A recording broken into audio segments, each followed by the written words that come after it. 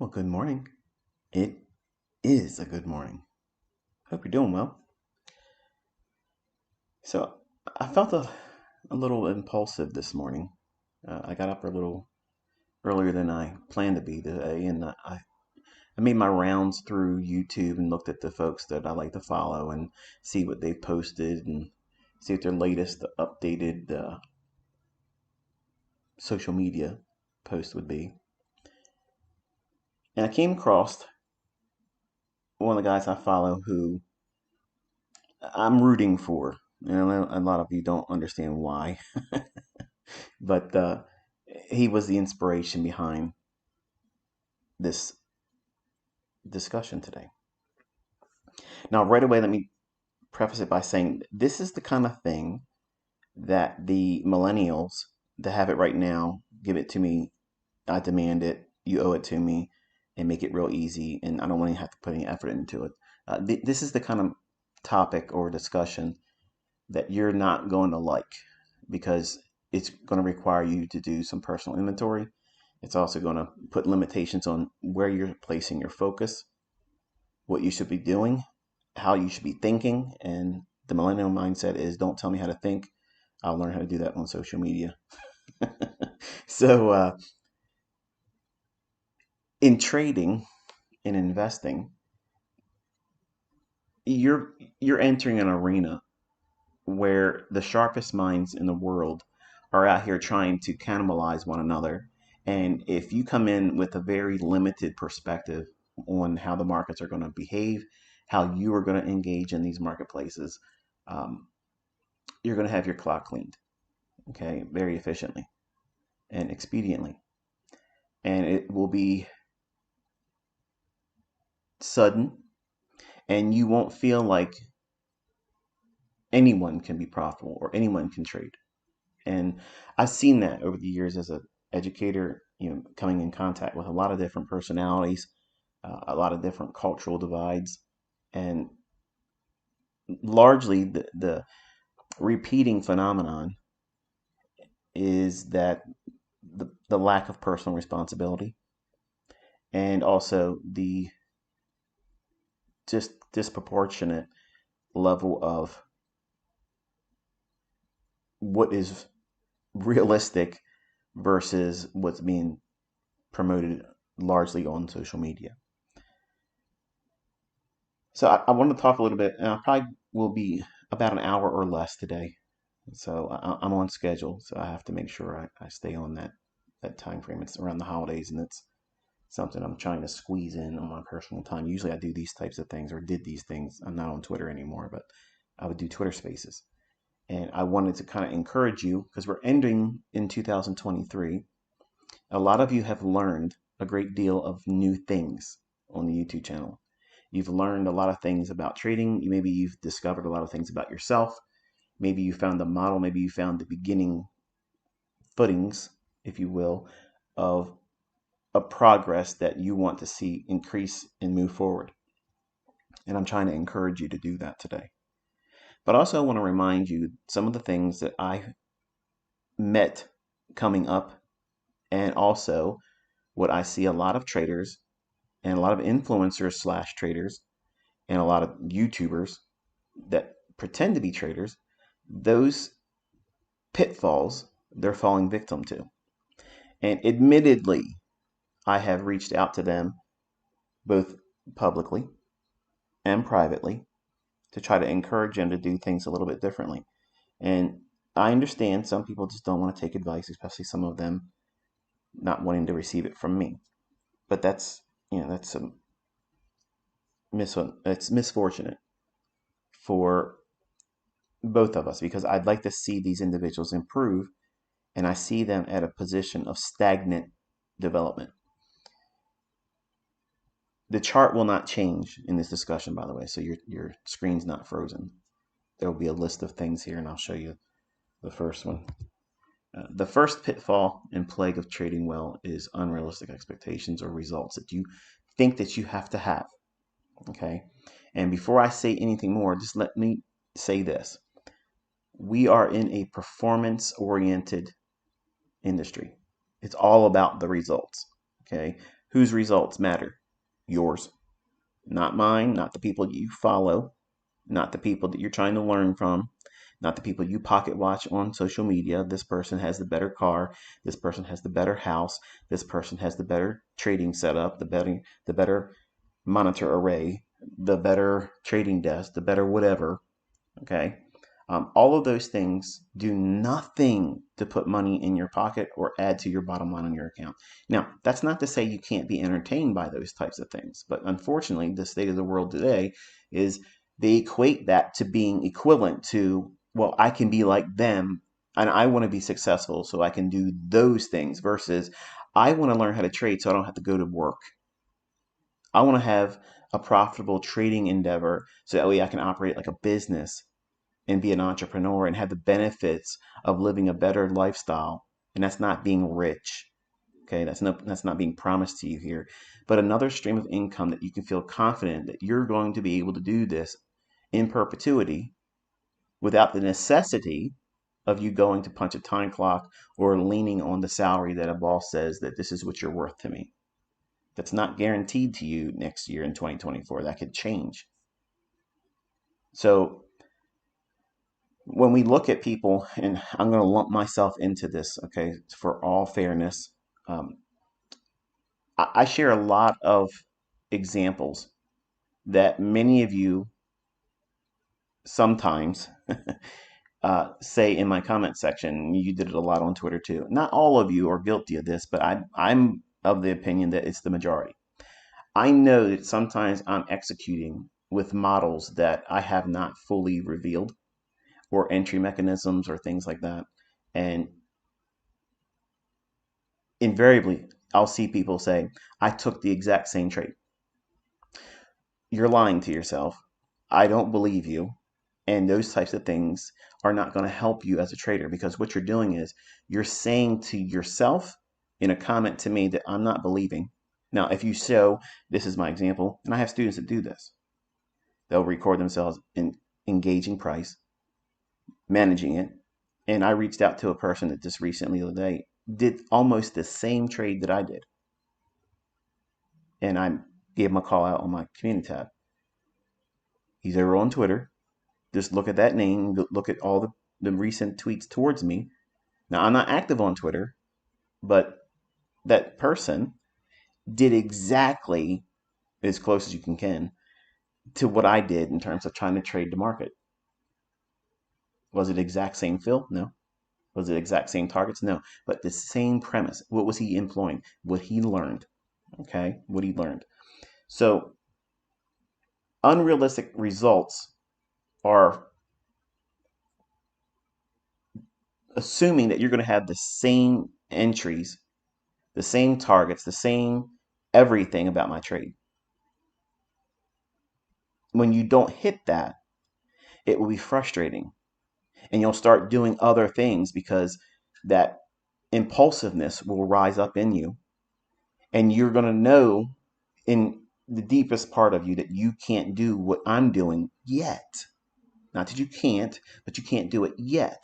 So then you start pushing a button to see, well, let me entertain myself because I don't feel well about what I think I should be able to do because I've watched a lot of these videos. Therefore, it means I should know how to do it when you haven't practiced it. You haven't studied it. You haven't put chart time in. You haven't logged anything. And those things, they will equate to and deliver you the results that you're looking for. But just simply watching videos, that doesn't do it. Watching videos without taking notes doesn't do it. So having unrealistic results in mind, meaning watching things like a Robbins Cup performance next year, or watching what the historical returns have been, and thinking that you're going to walk out there in your trading, not necessarily entering the competition, but trading with that level of return. Every one of those individuals up there today, if you go look at it, in any one of those divisions, they're all respectable returns. They're not to be diminished. I'm not trying to say that they're not good returns. They're great returns. If you're making 100% return on your money in a year, and granted, there are a lot of you that are my students. There's a lot of you that don't even trade the way I trade. And you can do better than 100% return in a year. So Please put your ego aside because we're not out here trying to measure up anything. I'm trying to focus on the students or traders that are trying to accomplish consistency, and the things that they may or may not have identified are problematic barriers that they're either going to have to overcome or will eventually become a factor in their development, and how to get around those types of things, at least how I did it, and how I actively teach my own students and my own children. And I'll talk about my son Cameron, who's wrestling with a lot of things as well.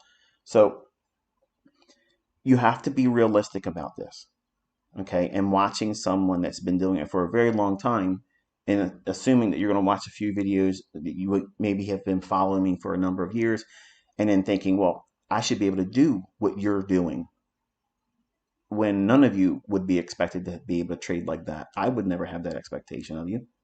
Years down the road, you will. But just simply because you went through a video series, watched a couple of videos and maybe you looked at some old charts or maybe watching some of my executions, you might feel an affinity for wanting to trade like this. But don't assume for a moment that it's realistic for you to expect yourself to be able to walk out in 2024 and trade like that. So when you see your favorite YouTuber, your favorite online personality, and me in that list as well, our results are unique to us. You don't know what we're wrestling with at the time. You don't know what things are factors that are really plaguing us behind the scenes while in a trade. You don't know if we feel good about the leverage that we've put on or not. There's been several instances where I have shown executions this week, and when I moved my stop because of personal schedules, I want to be able to share something with you. And I moved the stop a little bit more aggressive than I would normally do if I wasn't trying to meet a time scheduled event, like my son going to the dentist, like my wife saying, hey, we got to get the tree up, we got to do this, we got to get new sets of this for something around the house, because I am a family person as well. I have a family, I have a wife, I have a honey to do or honey do list that she likes to throw at me. These are all things that you as a person are going to have to manage in your trading as well. And while you're learning how to do this, if you ever went to uni, if you've been a college student, whatnot, those types of things, you had to balance that as well. You had to work your job if you had to keep a job, study, do all those things, and it's a lot on your plate. And it's important that you realize that no one's holding you to a unrealistic expectation of yourself except for you. You're doing that. And don't allow other people to inflate what you should be viewing as realistic results. And what is a realistic result? To me, if you can make 2% a week, that's phenomenal. Now, obviously, you that's way below someone that's been trading for a long time. That's really nothing in terms of the grand scheme of things. But we're talking about where you are right now. The the lack of consistency, or the trader student that is unable to find their way in consistency. Where should you aim? Finding yourself in the realm of 2% positive on the week. That is not a high water mark where you can't reach it. It is absolutely obtainable. And you can do it risking 1/4 of 1%. Now, that's not sexy. That's not in vogue right now.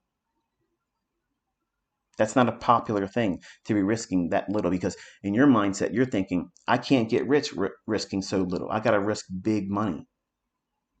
That's a lie. The people that say that are not profitable anyway. In their mind, that tells you that, number one, they're mathematically challenged. They have no understanding of compound interest. They have no consistency in modeling a trading plan. They have no idea what they're looking for. They have no faith in what they're looking for is going to repeat just about every single day. And because creatures of habit, that's what humans are, if you follow or fly with a flock of birds, okay, that has a specific mindset, you will adopt that mindset, even if it is toxic, because you're going to try to fit in. And social media kind of captivates these individuals where they feel like they're included in something, and you don't want to include yourself into a community mindset that is unrealistic, having astronomical rates of return. While that's wonderful and it should be an aspiration over a long career, walking out in your first few years as a fledgling, as a trader, uh, you know, it's going to sound like a buzzkill, but really it's not practical. And I fell victim to that when I first started. I felt like it was something that, you know, that's what that's going to tell me I'm doing the right thing, making lots of money, doing it correctly, with lots of percentage return, um, never losing. That's an unrealistic expectation as well. And I forced myself. I was actually talking to my private mentorship students, and I said I was forcing myself to trade in conditions that I don't generally want to trade in.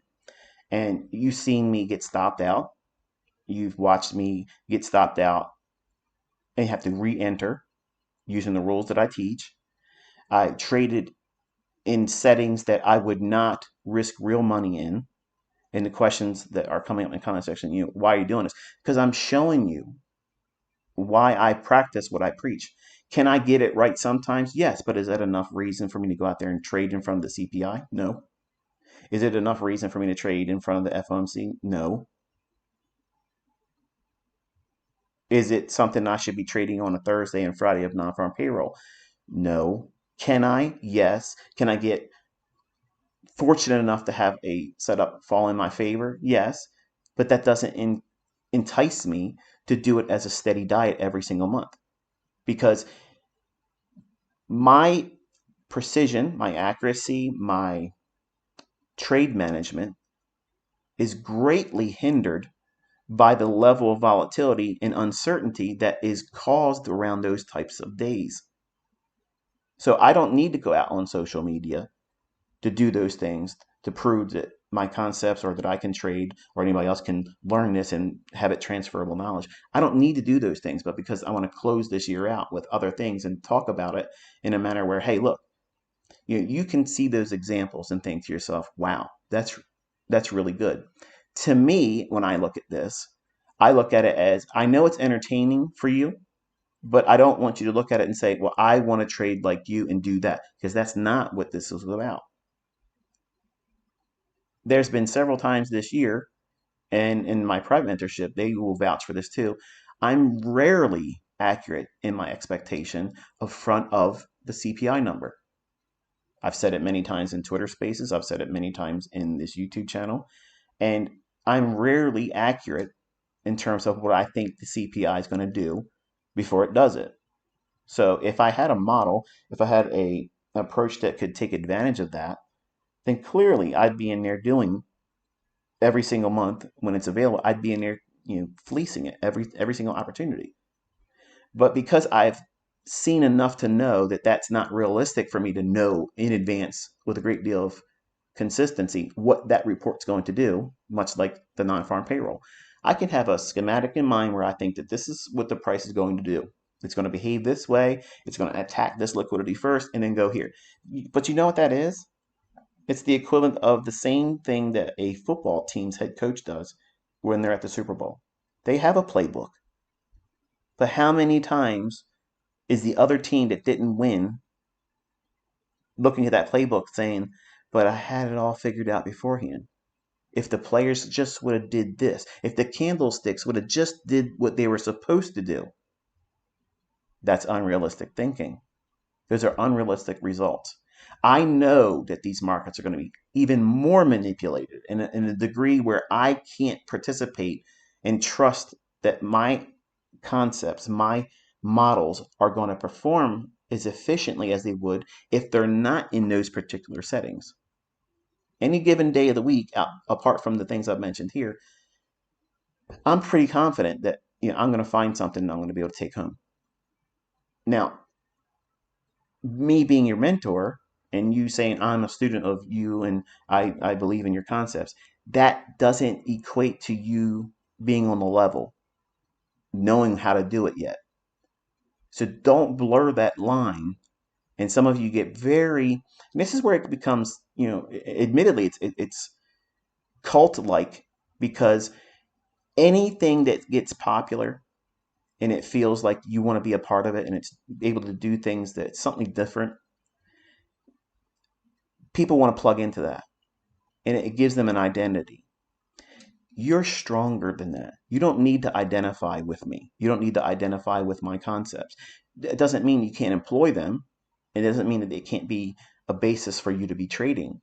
But so many of you are just trying to be part of something that's not required for you to be profitable, meaning the carnival like atmosphere. I love the camaraderie and the tight knit feeling of our community, but many of you go on the defensive when you don't need to, and that's an unrealistic result as well. You can't worry about defending me. You can't worry about defending my concepts. They do it all by themselves. Okay. I don't need anybody to defend me or how I trade. Your focus should be primarily on you. What are you doing today that's leading you to being better than you were yesterday, last week, last month, last quarter, last year? And are you logging that? You have to be journaling. If you're not journaling, that's an unrealistic result.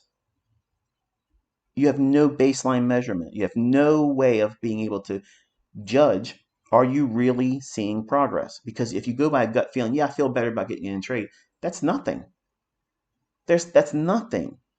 Some of those executions I did and shared with you this week and last, once I got into the trade, I was like, I wish I wouldn't have got in this trade now. I wish I would have waited on another move and even got in at a higher price, even though I was bullish. Even though I got in at a lower price, I didn't like where I was in certain parts of those executions. But I was there, and that's exactly what it's like for you when you get into the real world, where you're trading with real money. You're going to push a button. And now what do you do if you don't feel so warmed up to the idea that you've placed yourself correctly?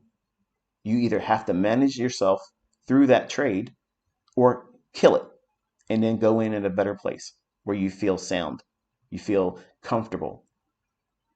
And books don't talk about these types of things. Other teachers, they don't talk about those things.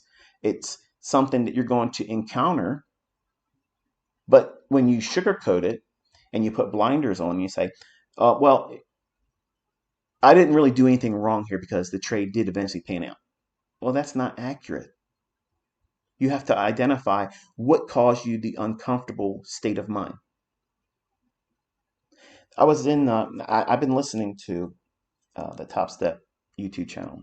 Those guys over there, they used to trade on the floor, and I absolutely love listening to their stories. I love listening to their banter, and I like using their chat window for sentiment because it's a wonderful way of being able to see, overbought, oversold, when capitulations there, when I can fade that type of thing. And please don't be put off by that, because they're doing the same thing. When they talk about their tilt, that's a sentiment indicator. All of you are going to want to use that. And all I'm doing is using the real-time sentiment indicators that the commentary of these participants in that chat window and other YouTubers I like to listen to. I'm not there to learn how to trade. I'm there for the community aspect of listening to them talk about how it was for them on the floor. I love hearing. I wish they would do more of that. I wish they would do more of that. I started when that was still a way of trading. We're dinosaurs. That way of trading is gone. It'll never be like that again. And when I heard one of the gentlemen talk about how they had traded, and while they did well enough to come out in a profit, he said, I don't like it. And even though I was profitable, I don't feel I did well today. You know what that is? That's not beating yourself up. That's reality. And that's exactly what all of you need to do. You can't just say, well, I pushed a button. I want to hope and a prayer. It worked out in my favor, so therefore it's skill, baby. Look at me. Watch me shine. I have a great deal of respect for that. I have a great deal of respect for any trader that says, you know what, this worked out in my favor, but really it was just a state of me being fortunate enough to see it come out in my favor. It had nothing to do with skill, because if I was being honest with you, I wish I wouldn't have taken that very trade there. Are you equipped to critique yourself that way, where it's not, you're not beating yourself up, you're not undermining the the mindset that you're going to need to tap into. You're not trying to belittle yourself.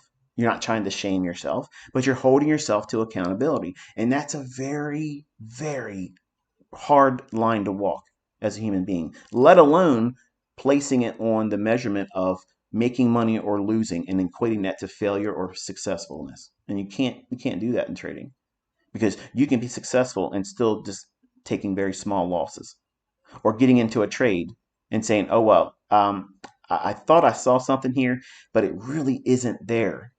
And if I hold on to it, really what I'm doing is I'm gambling, because I don't feel confident about that setup. And I'm not going to wrestle and arm wrestle myself and say, well, if I get out, I know it's going to run and I'm going to regret that. No, a professional mindset doesn't think like that. You know who thinks like that? A gambler. This slot machine is cold. I've been putting money on it for 2, 3 hours. It ain't paying out nothing. But I know as soon as I get up, Larry over there in the corner who's eating. Dial it back, ICT. Slow down. Slow down. Someone else is going to slide on in when you get up, and you know what they're going to do. They're going to put enough money in, the ratio will be met, and then the machine will pay out. And then you'll say, I knew I was right if I just would have. Well, you can't do that in trading.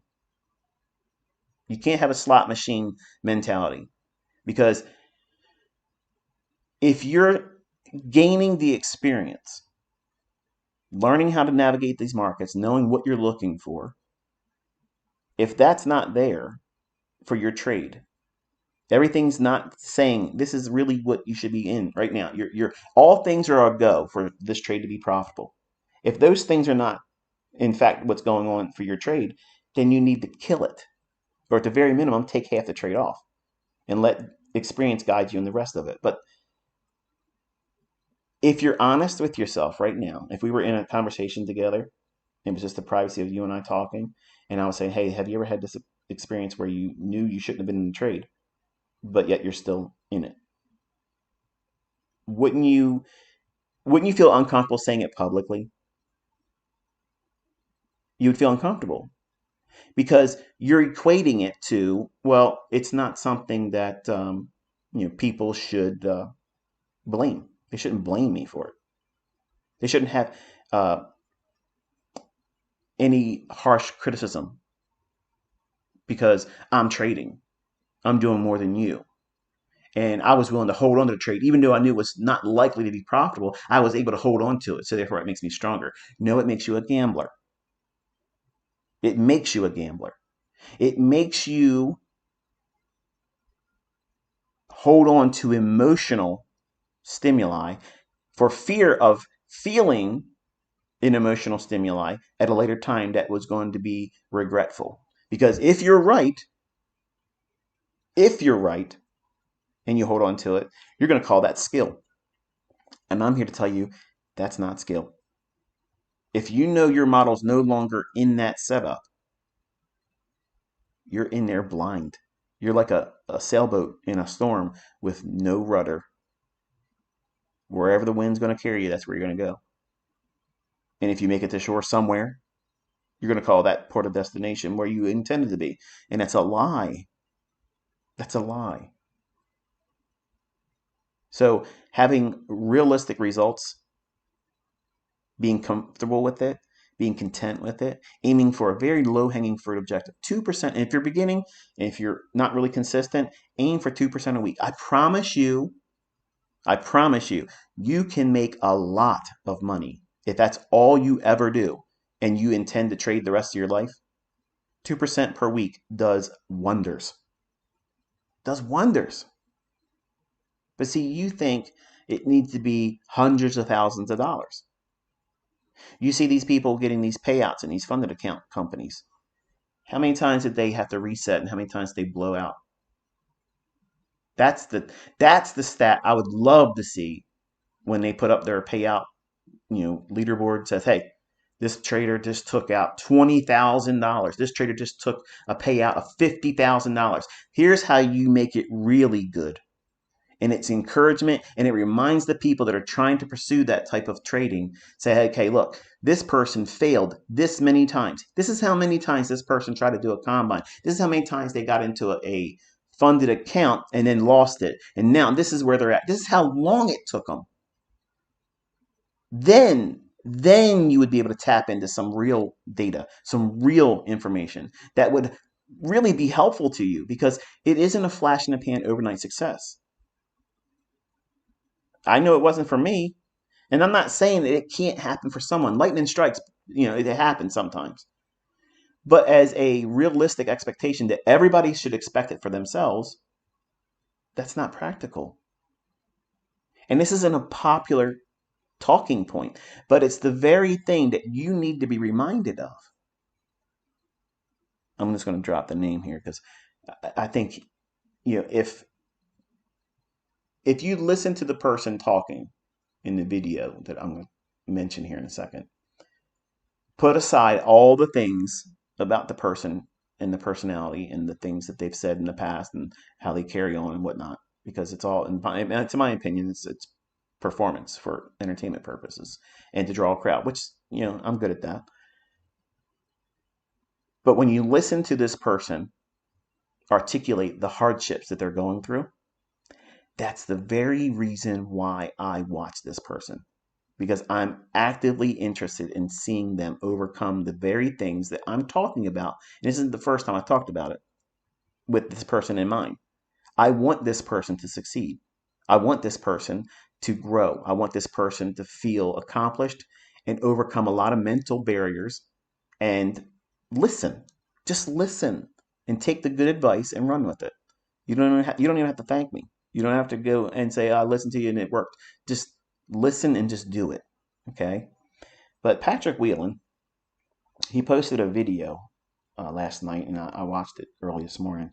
And I posted a response, and it hasn't made its way to his comment section. And I noticed the other day I was in his chat window, and none of my posts were making it there. So apparently I made my way on his ban list, and I'm not sure why, but I've always been encouraging to him. But he posted a video, and this is the very type of video I like watching from him. Usually he's very flamboyant, very much of a braggart, and does a lot of talking, and it's great. He has a lot of showmanship. But he admitted where he was in his position of being in a funded account. He showed where he is financially, where, he had this much and this is where he's at. He's losing, he's losing, he's losing. And I'm not encouraging you to go over there and talk any kind of smack. I'm not telling you to go over there and troll him. I'm telling you that that's the very thing that this industry needs. That type of stuff where individuals come out and say, hey, this is hard. This is what I'm going through. This is what I got to work through. And yeah, I can make a lot of money, but then I end up losing it. And I don't know the answers yet. You do know the answers, Patrick. But what you're doing is what social media, YouTuber, Twitter, Instagram traders do is they're trying to be the biggest profitable person, the biggest profitable, the stand out from a crowd type person. And that's a big pitfall, because if you're always trying to be the gold medalist, unless you're Michael Phelps, a freak of nature, the chances of you being like that consistently. I mean, look at, he did a real good run of it, but did he do it again and again and again and again? No. It has a short lifespan. It looks great when it happens. It feels great. And the viewers that don't have experience, they think that, okay, you've done this, you need to keep doing it this way. If you don't do it this way, then you're a fraud. Then you can't trade. When it's the very factors that you're placing on yourself that are unrealistic, trying to live up to other people's expectation, you end up either trying to trade your P&L, which is you're trading your profit and loss equity curve, which should never be done, but 90% of the time, I'll just go out and say it's 99% of the time, especially with funded account traders. They freak out. They think that the losing trade they just took, or even if they hit maximum loss and they are forced to stop trading, that's the beginning and the end. So they might as well just recklessly trade the rest of it, and then start a brand new one. You're still met with the same problem. You have to get to the funded state, you have to get to a profitable state, and you have to be able to eventually withdraw money. Otherwise, why are you doing it? If you're not in this to trade and make money, and it's irrelevant what other people think is an amount of money that's significant or insignificant, it doesn't matter, because you're not gonna give what you made in the market. You're not gonna give that money to anyone. They're not gonna spend your money just the same way you're not gonna spend theirs. But you're all pocket watching. I got people in the comment section saying, why don't you show us your real setups? I am. Why don't you do this live in front of us? I'm not going to do that because I know many of you are reckless. You'll over leverage. You won't have the wherewithal to hold the stop where I place it because you'll over leverage. You'll hurt yourself and then you'll blame me. And I didn't do anything to do, except for do what I'm doing right now. And or other people will do it, get credit from having an amazing trade pan out, and they'll be able to pretend that they can do what I'm doing, and they'll start mentorships and fleece people and take advantage of them. I don't need to do that. Just watch what I do on the Robins Cup next year. That's all I'm going to say. Just watch what I do next year. Okay? That's all you got to worry about. You're going to have all the things to talk about next year. But having unrealistic expectations of yourself, especially if you're an influencer or trying to be an influencer or a YouTuber, the ones that I like are the ones that come out and say, you know what? These are the hardships I went through, and this is what I'm still wrestling with. You know what? That's someone to listen to. That's someone to listen to because they're not hiding that part. They don't owe anything to you. They owe nothing to you, but they're being candid enough to say, hey, look, you see this. You see that I got paid out from this company. I took a withdrawal from my live account that's not a prop funded account. It's my actual trading. I showed you broker statements. I logged in and showed you 3 months of my trading, win, loss, everything. You're not obligated. I'm not obligated, rather, to share any of that. None of these individuals on YouTube or on social media are obligated to show you anything. But this expectation, this unrealistic expectation that everybody needs to sit down and prove to you, who was no one, Tom, Dick, and Harry showing up from the position of anonymity, you owe me a full explanation of everything. I don't owe you shit. And neither does anybody else. And you coming up as a trader, you owe no one else anything. None of you are spending my money. None of you are sleeping in my house. You're not going to drive in my cars.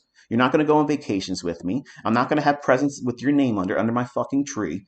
Okay? None of those things are going to happen. But in this world today, everybody expects everybody to give them stuff, information, details, things that are not in any way, shape, or form realistic to be expected. If I was running, or if anyone else is running a signal service, then absolutely you better have something. Show me what you're doing. Then that makes sense. It makes perfect sense.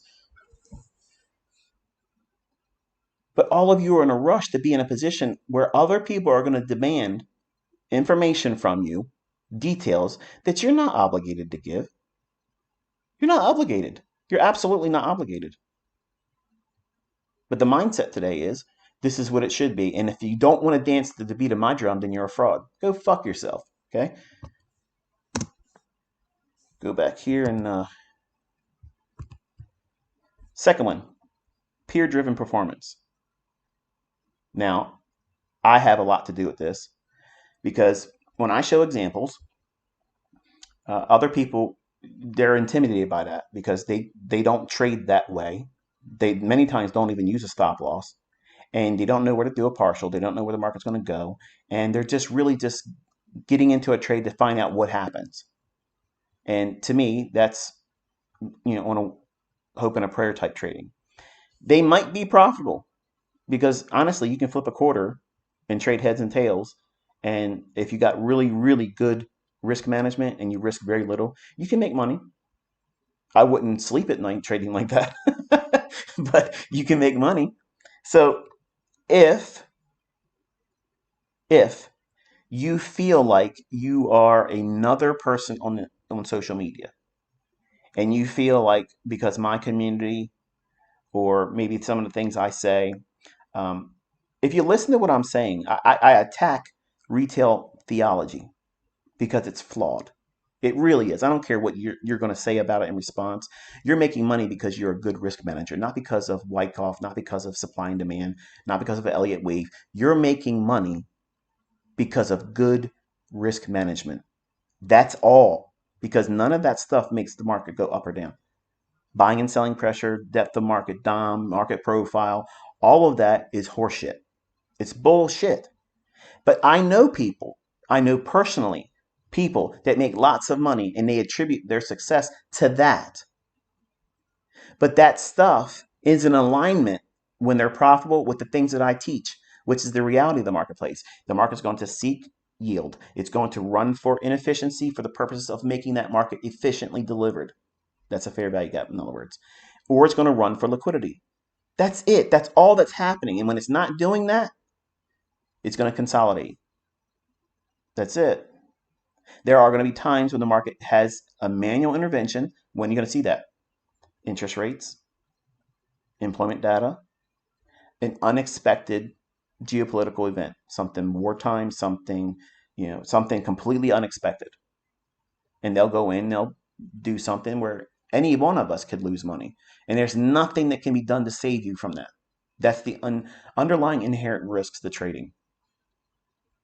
And most of you are unaware that those types of things are going to happen.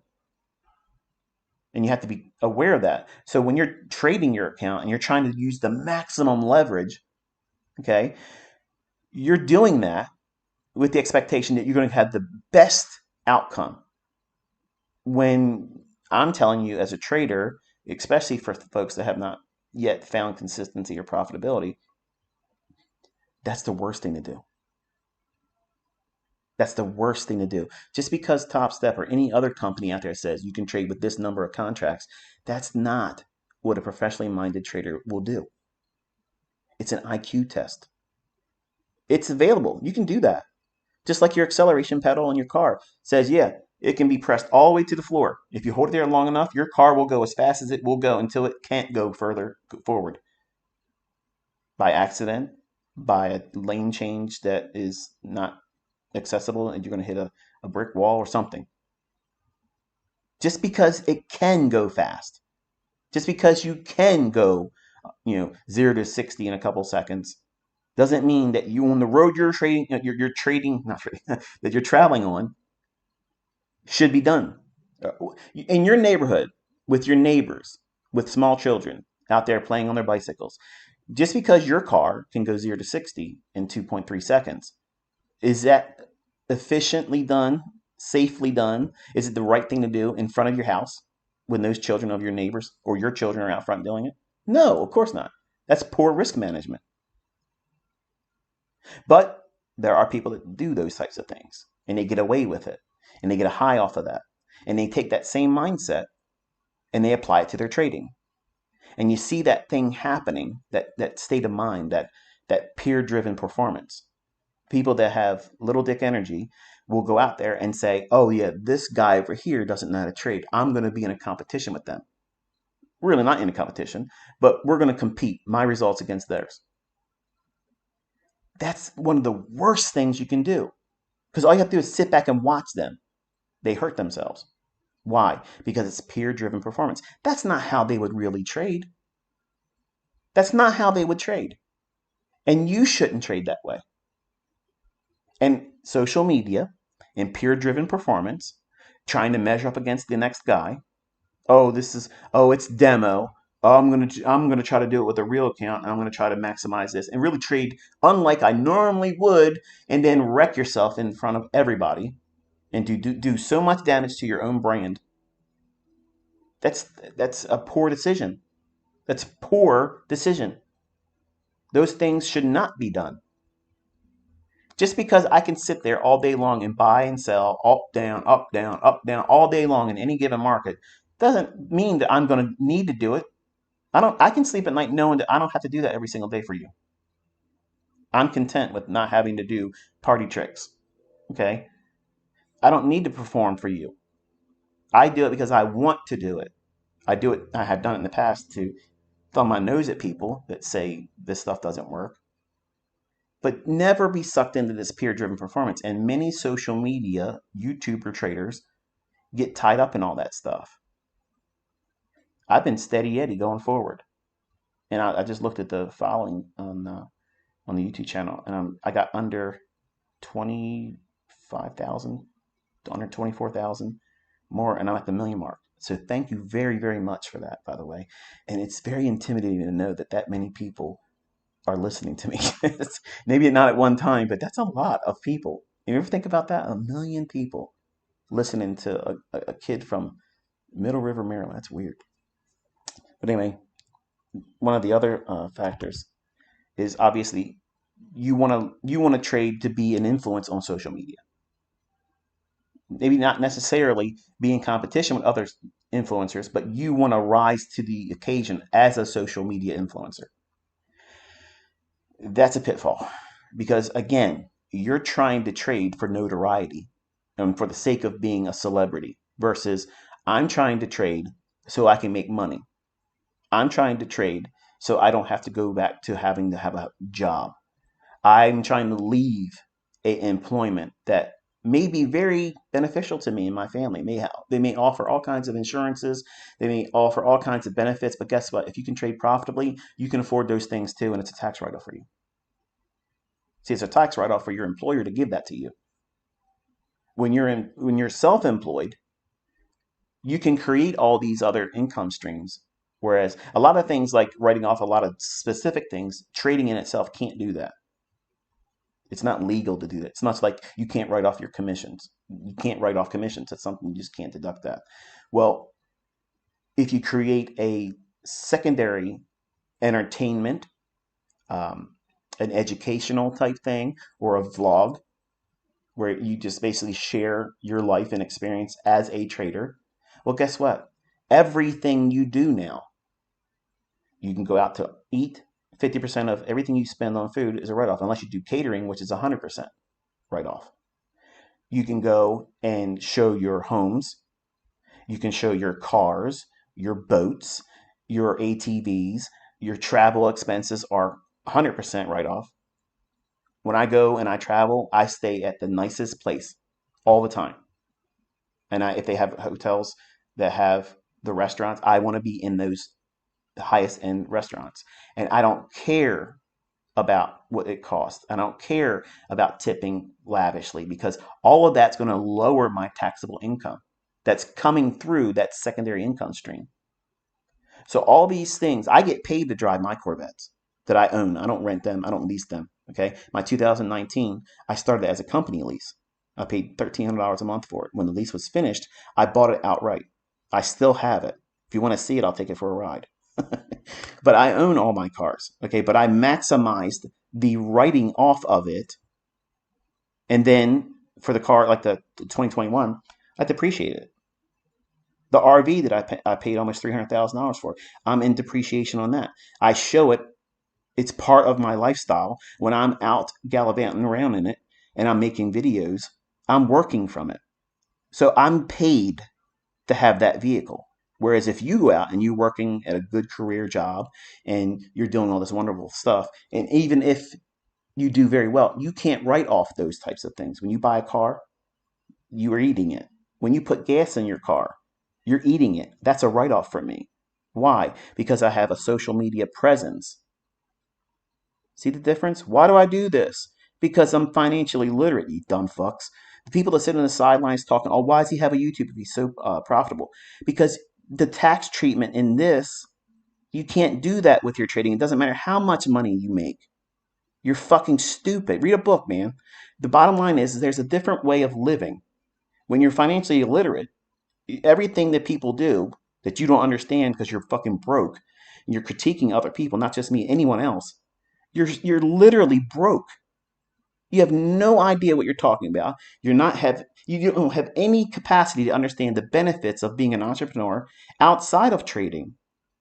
There's so many benefits that this industry can provide for you if you learn how to trade. You don't have to be making lots of money trading. You just got to know how to trade and be profitable. If it replaces your job, well, guess what? Then you can be in a position to be in social media and let that income stream provide, and it could be very, very profitable. Very profitable. I've said this very candidly.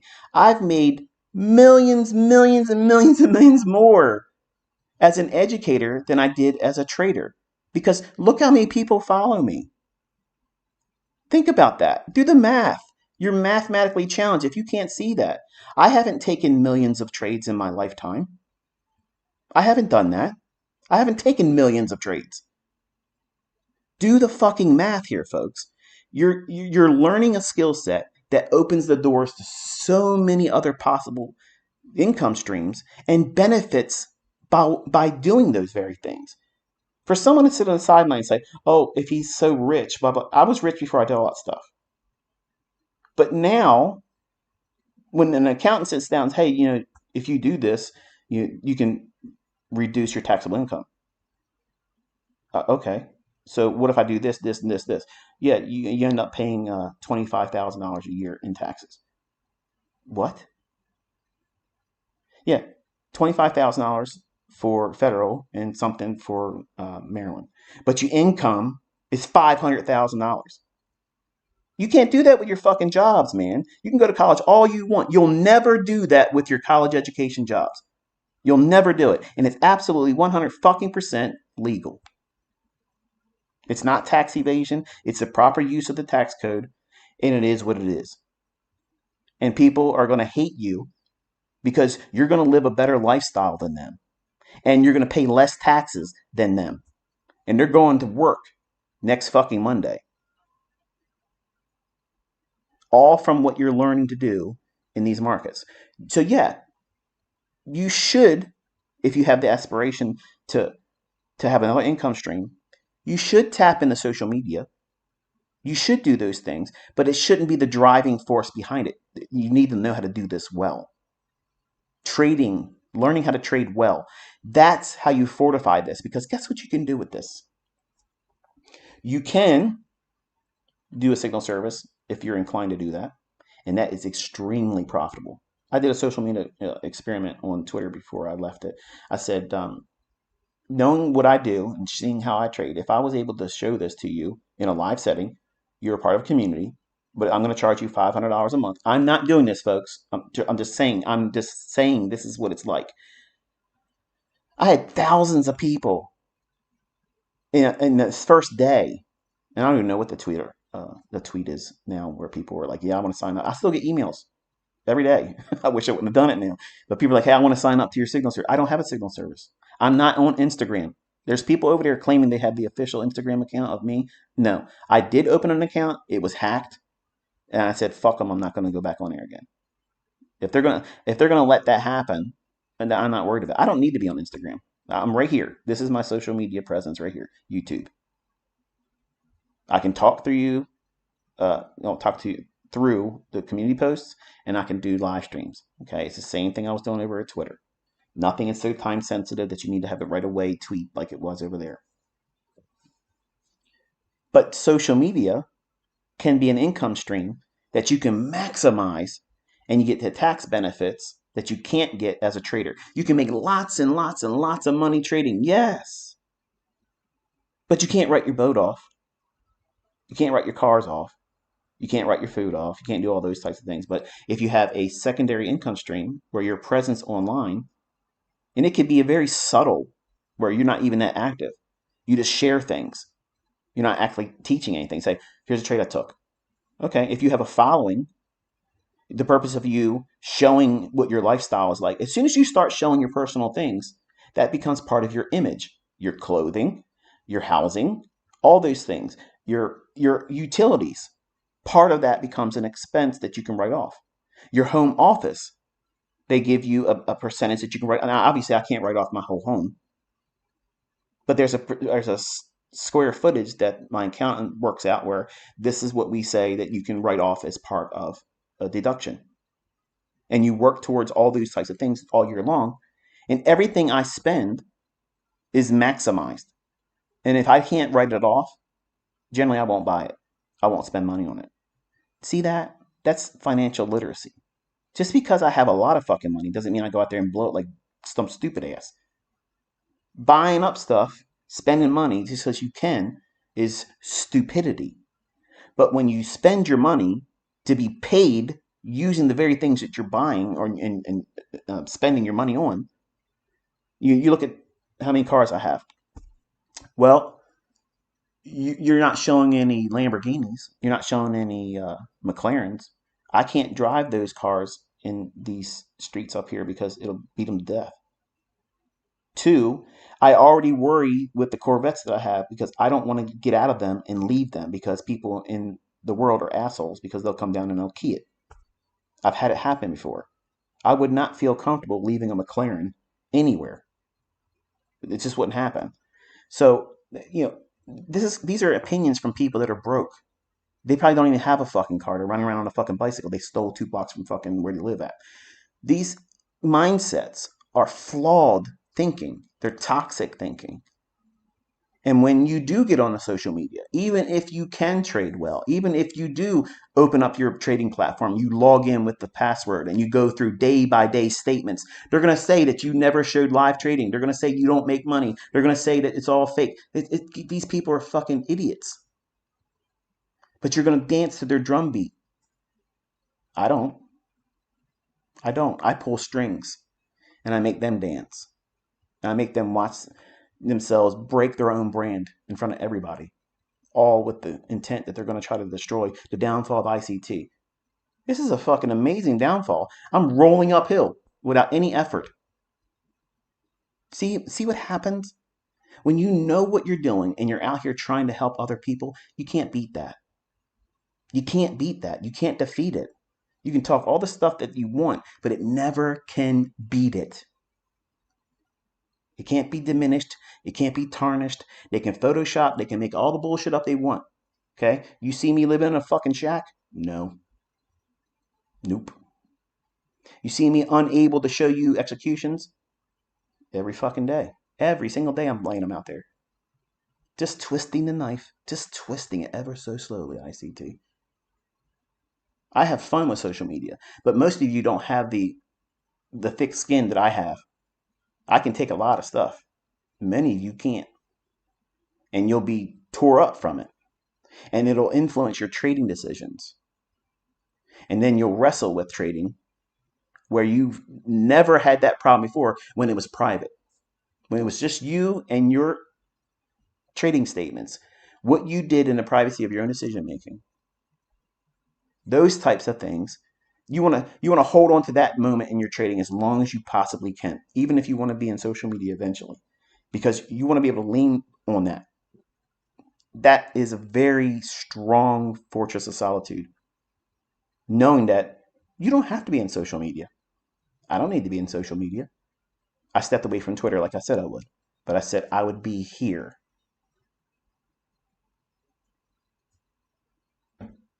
Some of you don't like that. Some of you want me to go back over to Twitter. I'm not going back over to Twitter. But everything that you do should be driven with the mindset that you are focused primarily on keeping your trading excellent. Your efficiency, your execution and entry, your stop placement, your trade management. You're not over leveraging. You're not trying to do the maximum outcome. And you're worried about capital preservation. Number one, first and foremost, is you're not trying to risk money needlessly for the sake of being in there and seeing what happens. Because I'm going to save you some money and time and heartache. Here's what's going to happen. You're going to lose your ass. And that one trade is going to cause you to go into a tailspin and you're going to blow your account, trying to rush to get it back. It happens all the time. Just don't do it. Period. And finally, lead dog pitfall. Everybody wants to be the lead dog. Everybody over here on Twitter right now is clamoring to be the person everyone wants to talk about. It's silly, isn't it? And I'm not even over there anymore, and they're still bringing my name up. Here's the problem with this, okay? If you don't have the real skill to be lead dog, you're going to be the one that tries to pretend to be lead dog. But guess what? Lead dog is the first one that falls into the pit, the snare, runs into the obstacle that needs to determine what's the next pathway. Because you have a large following behind you, or you're trying to build one, and you got to know where you're going. And most people out there pretending to be lead dog, they love having their asses sniffed, but they have no idea where they're going. They have no idea where they're going. So don't try. I don't try to be lead dog. I don't try to be lead dog. I'm me. And when I see bullshit, I'm going to call it bullshit. I'm going to tell you what works and what doesn't work for me. And if I say I like something or I don't like something, don't be so close-minded and say, well, ICT said he doesn't like it, so therefore I'm going to think like him. That's the stupidest thing in the world to do. That is cult-like. Be critical. If I say I don't like something, well, if it doesn't bother you, then just dismiss it. Who cares? That's your opinion. It's wonderful. I didn't ask for it, but okay, we heard you. But if I say I don't like something, and this is the reason why I don't like it, don't subscribe to that viewpoint just simply because I said that. I made those mistakes as a martial artist, as a young man, as a child, listening to martial artists I looked up to, and they would say certain things. I'm like, okay, I'm going to think like you. And then I found out that I couldn't hold that opinion of what they had. And when I first started trading and learning how to trade, everybody I read a book of, I hung on every word that they wrote or said. Larry Williams was the one that I basically, I'm going to be honest with you, when I read his How I Made $1 Million Trading Commodities last year and listened to those first 4 VHS, I was convinced that this guy was a billionaire. I'm not a billionaire. And some of you think I pull fucking trillions of dollars out of my ass all the time. I'm not. The facts are you need to be an independent thinker. And you might have heroes. You might have people you look up to, but never meet them. Because the pedestal you put them on, they're undeserving of it. I'm undeserving of what many of you think of me. I am a sinning, foul-mouthed person that wrestles with mental illness. Do you want to learn from me?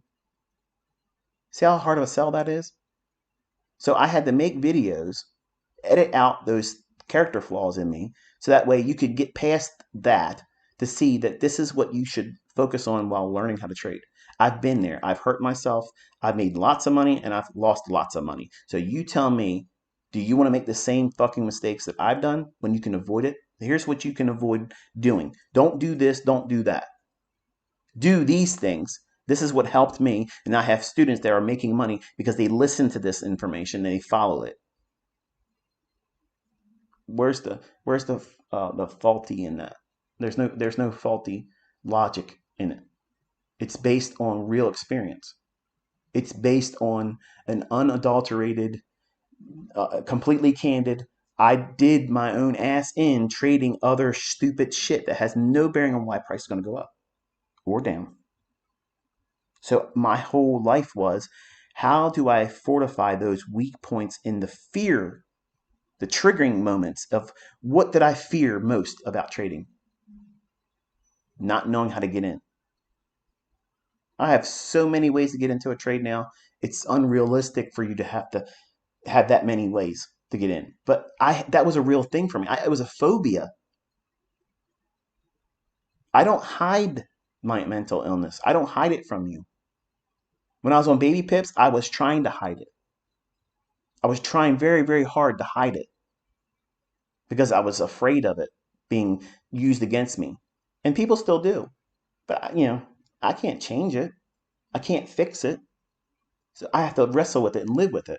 I'm a real person, just like you are. I have real things going on in my personal life that I have to worry about and wrestle with. I have children that don't want to listen to me, just like you do. Or if you have children or will have children, you'll have that experience too. They're not going to do what you tell them to do, which is good advice. Don't do this. Don't do that. If you get a flat tire, to my daughter, don't drive home. Just tell me where you're at and we'll get it taken care of. And they drive home, they tear up the tire completely, and they ruin the rim. Ugh. I told you don't drive it. Yeah, but I didn't want to sit where I was sitting. You were completely safe in a shopping center. Come on. It was daytime. Come on, right? It's common sense. But you know what it's like when you don't listen. I tell you, don't trade on non-farm payroll Friday days. And what do? I want to see what happens. And then you're sending me emails. I wish I would have listened. So, I mean, I get it. I get it. You want to be the exception. But that lead dog pitfall, it ain't never going to happen in you, and you're going to be the one that rises to the occasion, and you're going to have all the answers. Man, I prematurely thought I had all the answers in the 90s. I thought I had them all figured out then, and I didn't. And I started teaching way before I knew what the hell I was doing.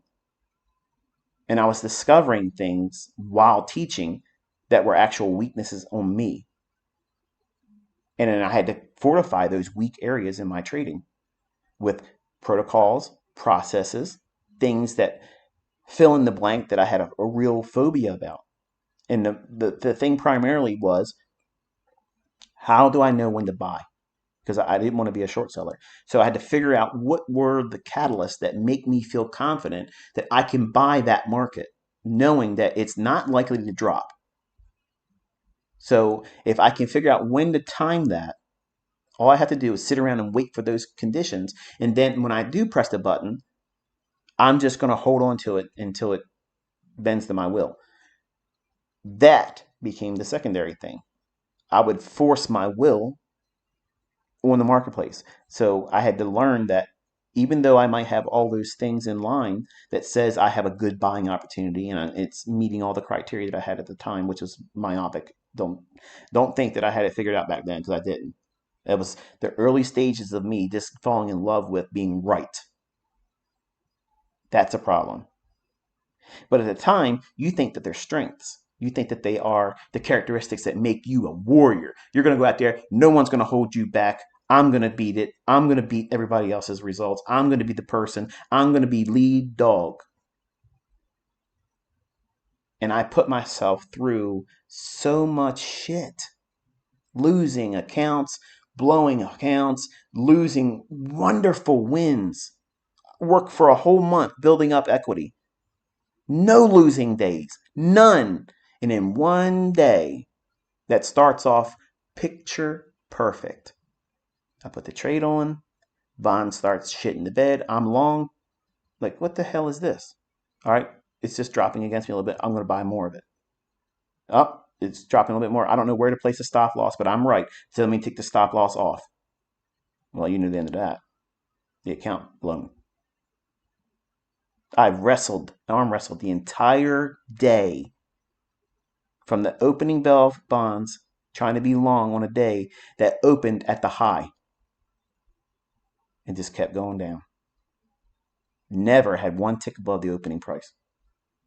And I was wrestling with that. As a 20-year-old, when you think your shit doesn't stink, you're the cock of the walk, you made money all month long, no losing days. The Friday that ends the trading of that month, all that's gone. And the account. That's demoralizing. That's demoralizing. And that people that come up in this industry and they tell you they fucking never blew an account, they're full of fucking shit. They are liars. They are liars. There's no progeny that walks out there in this world. They were touched by the grace of God and they've never blown an account. That's never happened. It's never happened like that. Everybody has done that. Anybody that claims they never have done that, they are liars, or they just started, just wait around because it's going to happen. It's human nature, folks. You do this long enough, you're going to think that you figured it all out. And then when you find out that you don't have it right, you want to use the magic eraser and get rid of that red day. And you're willing to do anything. You're willing to pay any commission level, right, Vinny? To try to get back to even. You'll spend $6,500 on commissions just so you don't have a losing day. I used to do stuff like that. I used to do that stupid shit. I used to do it, but there's a better way.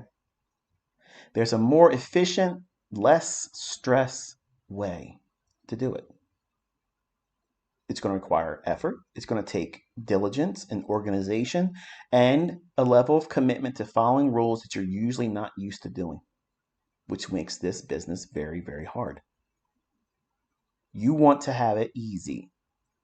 Trading will and can be easy. It is. It really is easy.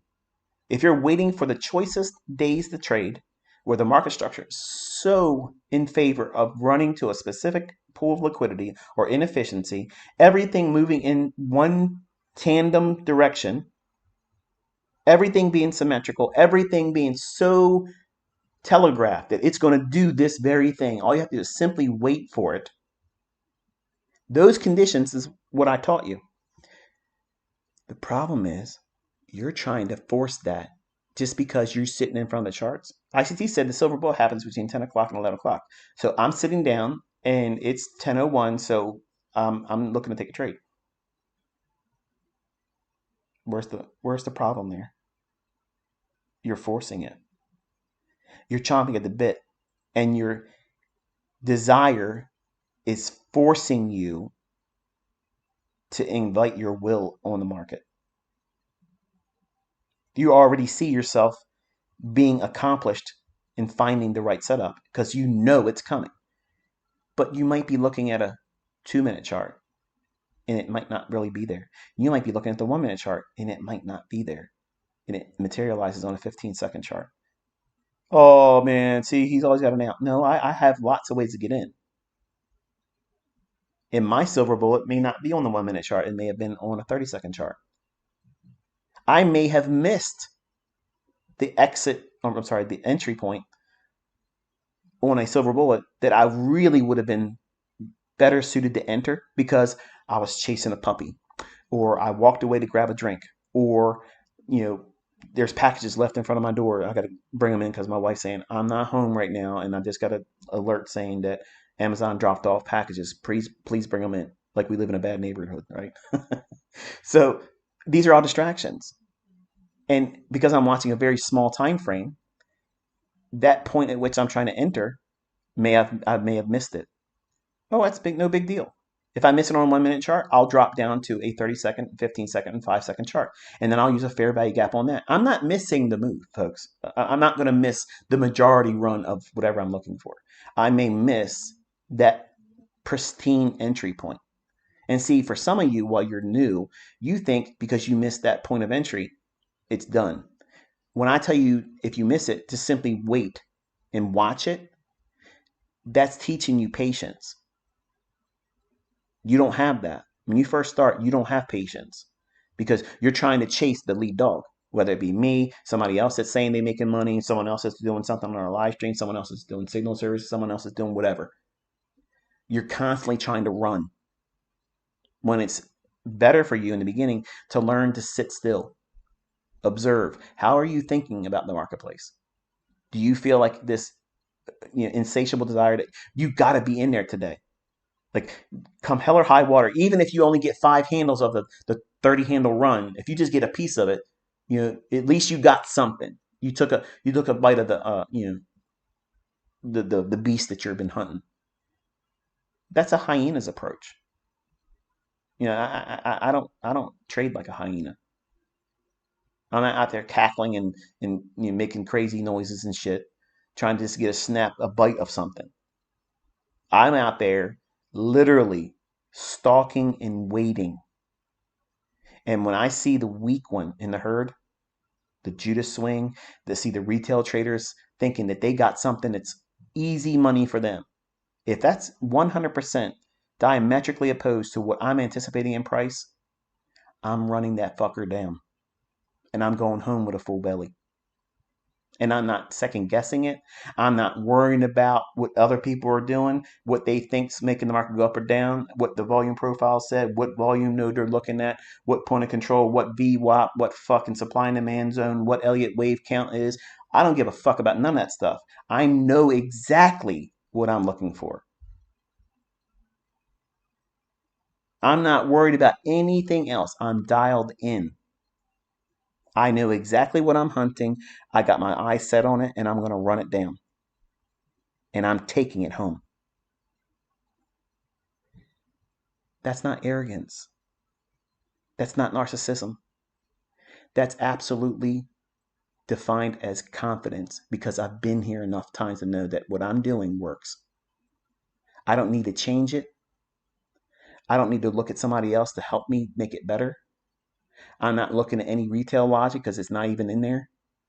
I'm attacking that.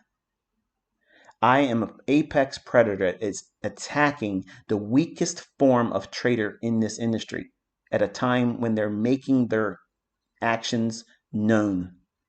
This is what I'm going to do, Mr. 6 months of experience. And that's not a knock against anyone that has little experience. But if someone's going to be so courteous enough to say, hey, I believe this is what's going to happen. Where do they come? Where do they culminate? Where do they congregate and meet up? On live streamers, live streams. That's a beautiful resource. It's a beautiful resource. You should encourage them to do it. Show up. That's what I'm doing. When I talk about Top Step, when I talk about Patrick Wheelan, when I talk about Trades by Matt, and there's a couple other people I won't mention, they have really, really opinionated chat windows. And when I say things like that, it's very easy for people to have an issue with me. They want to try to paint me in a different light. I'm telling you that market sentiment is a thing. It's real. Okay. If you go to Top Step, they're basically telling you that they're looking at their traders and how many are net long, how many net short. Are they assholes for making that available? No, I think it's great. It's absolutely great information. It doesn't mean that that's a selling signal or a buy signal. It just that's a good sentiment read. But the better one is what they're saying in that chat window. Because if I already know that predominantly most traders are offside, okay, whether they're trading in the Top Step company, whether they're trading in other companies, I just can't think of any other company's name. But if this resource is made available to you, it's like a watering hole, just like on the plains of Africa. Okay, I'm this fucking cheetah. I'm hungry. I'm trying to get a fucking meal today. So I'm looking out here in the dry landscape in front of me. I want to get something to eat. So where am I going to go? I'm going to go through the fucking drive-through. Where's that at? The watering hole. So they go out there and they lay down in the brush and they watch all the animals go out there and they get a drink. Eventually, one's going to walk over there with a bum leg. But they have the opinion that they're safely going to make it to the watering hole, get a drink, and live on the rest of the day. That's what their sentiment is. And they're making it known to everybody by walking out there publicly. Well, it's the same mindset as these individuals that share their opinion. They're going to these watering holes. To me, that tells you it's a pretty safe bet that they're probably very new to trading. And if they're very chatty, the same names that keep coming up, they're the ones that absolutely don't know what the fuck they're talking about because they can't shut up. They're chatty. The chattiest ones that show their opinion, start paying attention to those individuals. Online too, not just simply in chat windows. On Twitter, on Instagram, on Facebook, whatever resource. If you're in Discord, I don't go to any of those types of things. But and for clarity also, I don't have Facebook. I do not have Instagram. I am not on Discord. You're not going to talk to me on Telegram. I don't have any other social media where you're going to be able to engage with me except for my YouTube channel. That's it. There's nothing else. If you see anybody else pretending to be me, they're fucking liars. And if they're asking for money, it ain't me.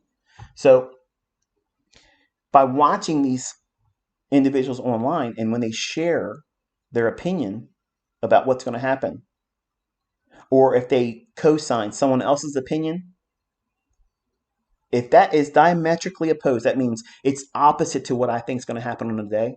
If I think it's going to be a bullish day, it's going to run for some buy side liquidity above an old high or relatively equal highs, or if I think it's going to reach up to an old fair value gap. If that's what I'm holding to as my expectation on the day, I'm going to side with that all the time. I got 30 years of doing this. These individuals are hanging out in the chat windows of these prop firm companies. Chances are they're probably not long-term traders. The chances of them being profitable is very slim. And they're in there because they want other people to tell them what they should do because they don't know what they're doing. But because they want to be part of something, the mindset is this. If I start talking a lot, it's going to feel like I'm part of the crew. But really what you're doing is you're running out to that watering hole with a bum leg and part of your ass missing. That means I'm going to run you down easy. You're an easy meal for me. Dollar menu. Here you go. Real cheap, easy meal. And if you're telling the world on that stage that this is what you think is going to happen, you're going to make it to that watering hole and get to live the rest of the day. I'm going to be there at that watering hole eating your ass. Okay? I'm going to devour you right there. You're done. I'm fed. You're done. It's a mercy killing. That's how I look at it. I don't have a problem with it. I don't wrestle with it morally. It is the way it is. The food chain is what it is. You're either an apex predator or your ass is prey. And I'm not getting eaten by nobody. Nope. I'm going to sharpen my claws every day. I'm going to keep my teeth sharpest, longest, and I want to make sure I eat. So how do you do that?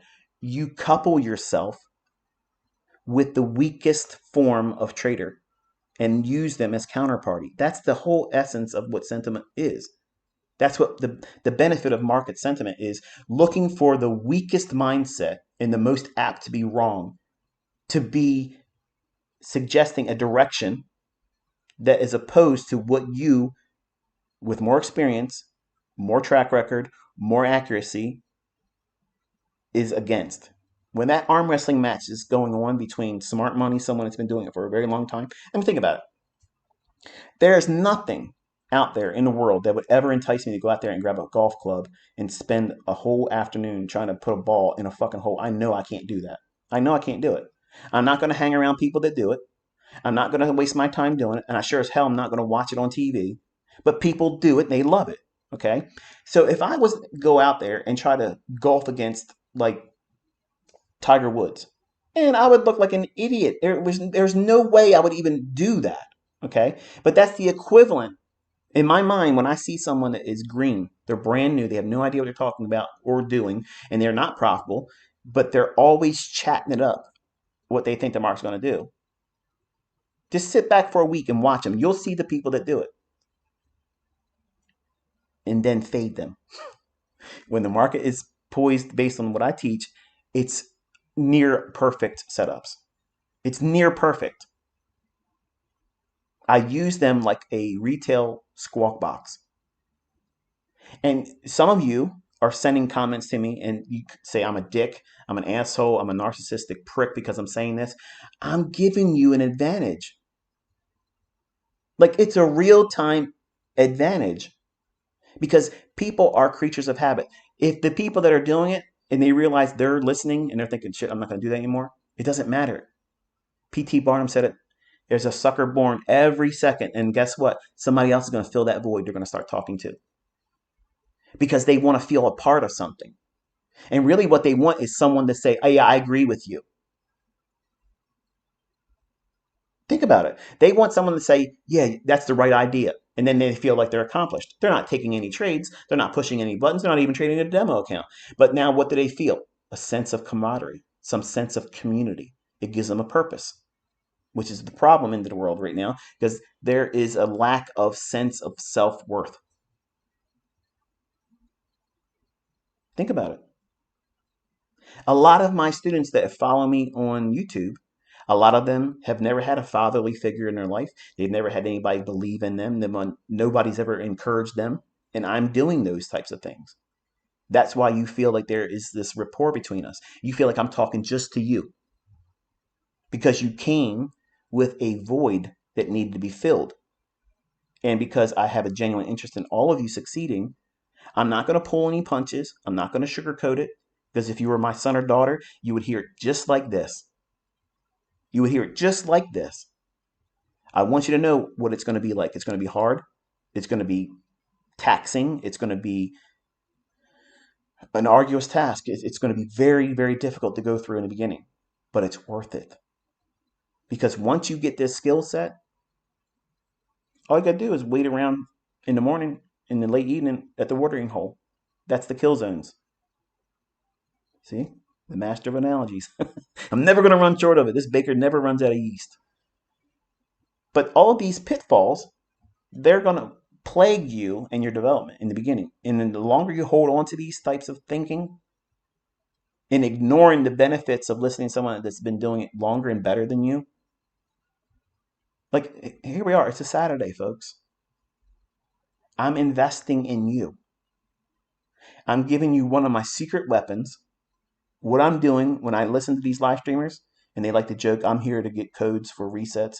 Ask Michael Patak if I've ever done anything with trying to get an account with them. Never. Won't ever happen either. I'm not there to learn how to trade. I'm not there watching Patrick Whelan learn how to trade. I'm not watching Trades by Matt to learn how to trade. I love Trades by Matt. His attitude on everything. He's chill as shit. He's got no drama with him. He's just hanging out. Never say anything bad about anybody else. And he just does whatever he does. Win, lose, whatever. It is what it is. He's just, how you gonna hate the guy? I think he should listen to me too. I mean, the same advice I mentioned in the post I made to Pat, and I hope he allows it to post because it was encouraging and it wasn't anything to be speaking down to him. And I don't want anybody to think that he's a target that should be trolled, even though he talks about me a lot. It's shop talk, folks. I don't take any of that kind of stuff unless you talk about my family and make up bullshit about me. I got no time for you. You're an asshole. Okay, fuck you. You make up bullshit, try to get some ad revenue, get the fuck out of here. Join the Robbins Cup inning because I'm telling you, I'm going to beat your fucking ass in that. Okay, I'm going to rip your fucking head off and shove it straight up your fucking ass. But apart from that dickhead, I don't have any problems with anybody else. I have no problems with anybody. I can take shop talk, a good ribbing from other people. It's fun. It's fun. But when someone like Patrick comes out and says, hey, this is what I'm struggling with right now, that right there, that garners respect. Because he doesn't need to make that public. He's not obligated to share that level of detail, but yet he did. And I respect that. That's the kind of stuff that needs to be shown. That kind of thing needs to be revealed and say, hey, look, it's not easy. It's not easy at all. And I would never try to punt a person that's doing that. I would never try to knock against somebody that's doing that because they're not trying to deceive you. They're showing you basically, I'm trying my best and this is where I'm at right now and I'm struggling. Man, that takes a lot of courage. It takes a lot of respect for your audience to say, hey, look, I don't want you to look at me and see this when in reality I have this. Because if someone is doing the opposite of that, that's a real piece of shit. That's a real piece of shit that tries to hide it but pretends that they're better than they really are. This type of video, it's the most one. I think he said I'm down really bad or something like that. It's his most, at least at the time of this recording. It's Saturday, 10 o'clock in the morning Eastern time. It's a real short video, 12 minutes. Like if you're a student of mine, you probably run it at 2 times the speed. It'll take you 6 minutes to get through it. But he covers a lot of things that I have preached hard and fast for a long, long time are going to be the very barriers that you're going to have if you do what he's been trying to do. And in short, this is what I have said in his live streams, communicating to him. And I've made posts directly to him in his comment sections on certain videos. And I've tried to encourage him to do things like what I'm talking about here today. He has a following.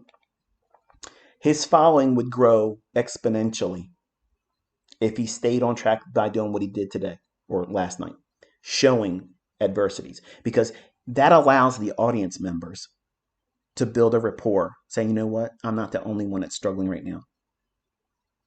And because he has a built-in audience that like him, I like him from his showmanship. I look at him as a Randy Macho Man Savage WWF character. I don't take anything that he says as serious.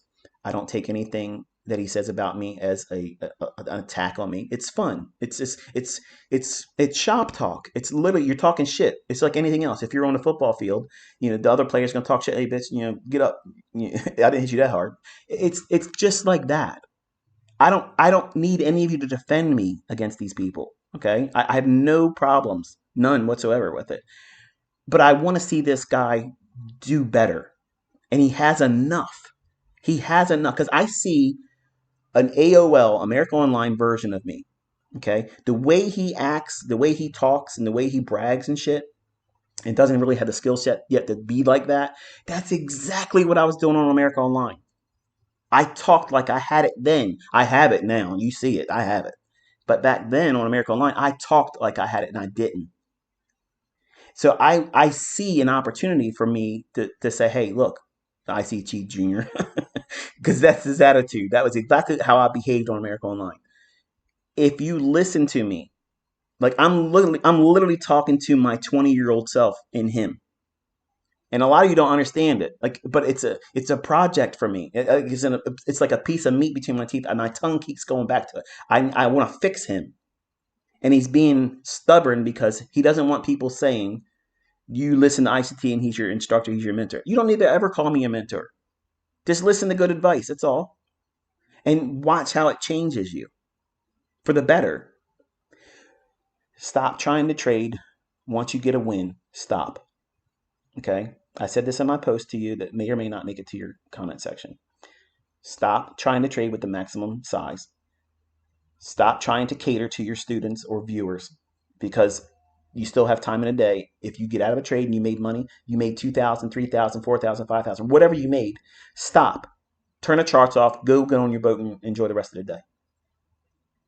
Who in their right fucking mind would say, dude, that's failure. You're going out there making a couple $1,000s and then going out and living your life and doing what you want to do, and you weren't even out here for an hour. See, you're trying to cater. You're trying to cater to people that are most likely not going to do shit with whatever you're doing. They're not going to pay you for your service. They're in there listening, and most of them are there to listen to you, hopefully get it wrong. That's really what's going on. That's what social media is. Social media is really a bunch of cannibalizing zombies that just want to see other people fall so they can laugh about it. That's all it is. So why cater to the majority that's like that when you could answer the itch that everybody else that likes you wants? They want to see you share a positive experience, talk about where you think the market's going to go, and then when you execute on it and you show that I did this with my trade, I made money, and now I'm done.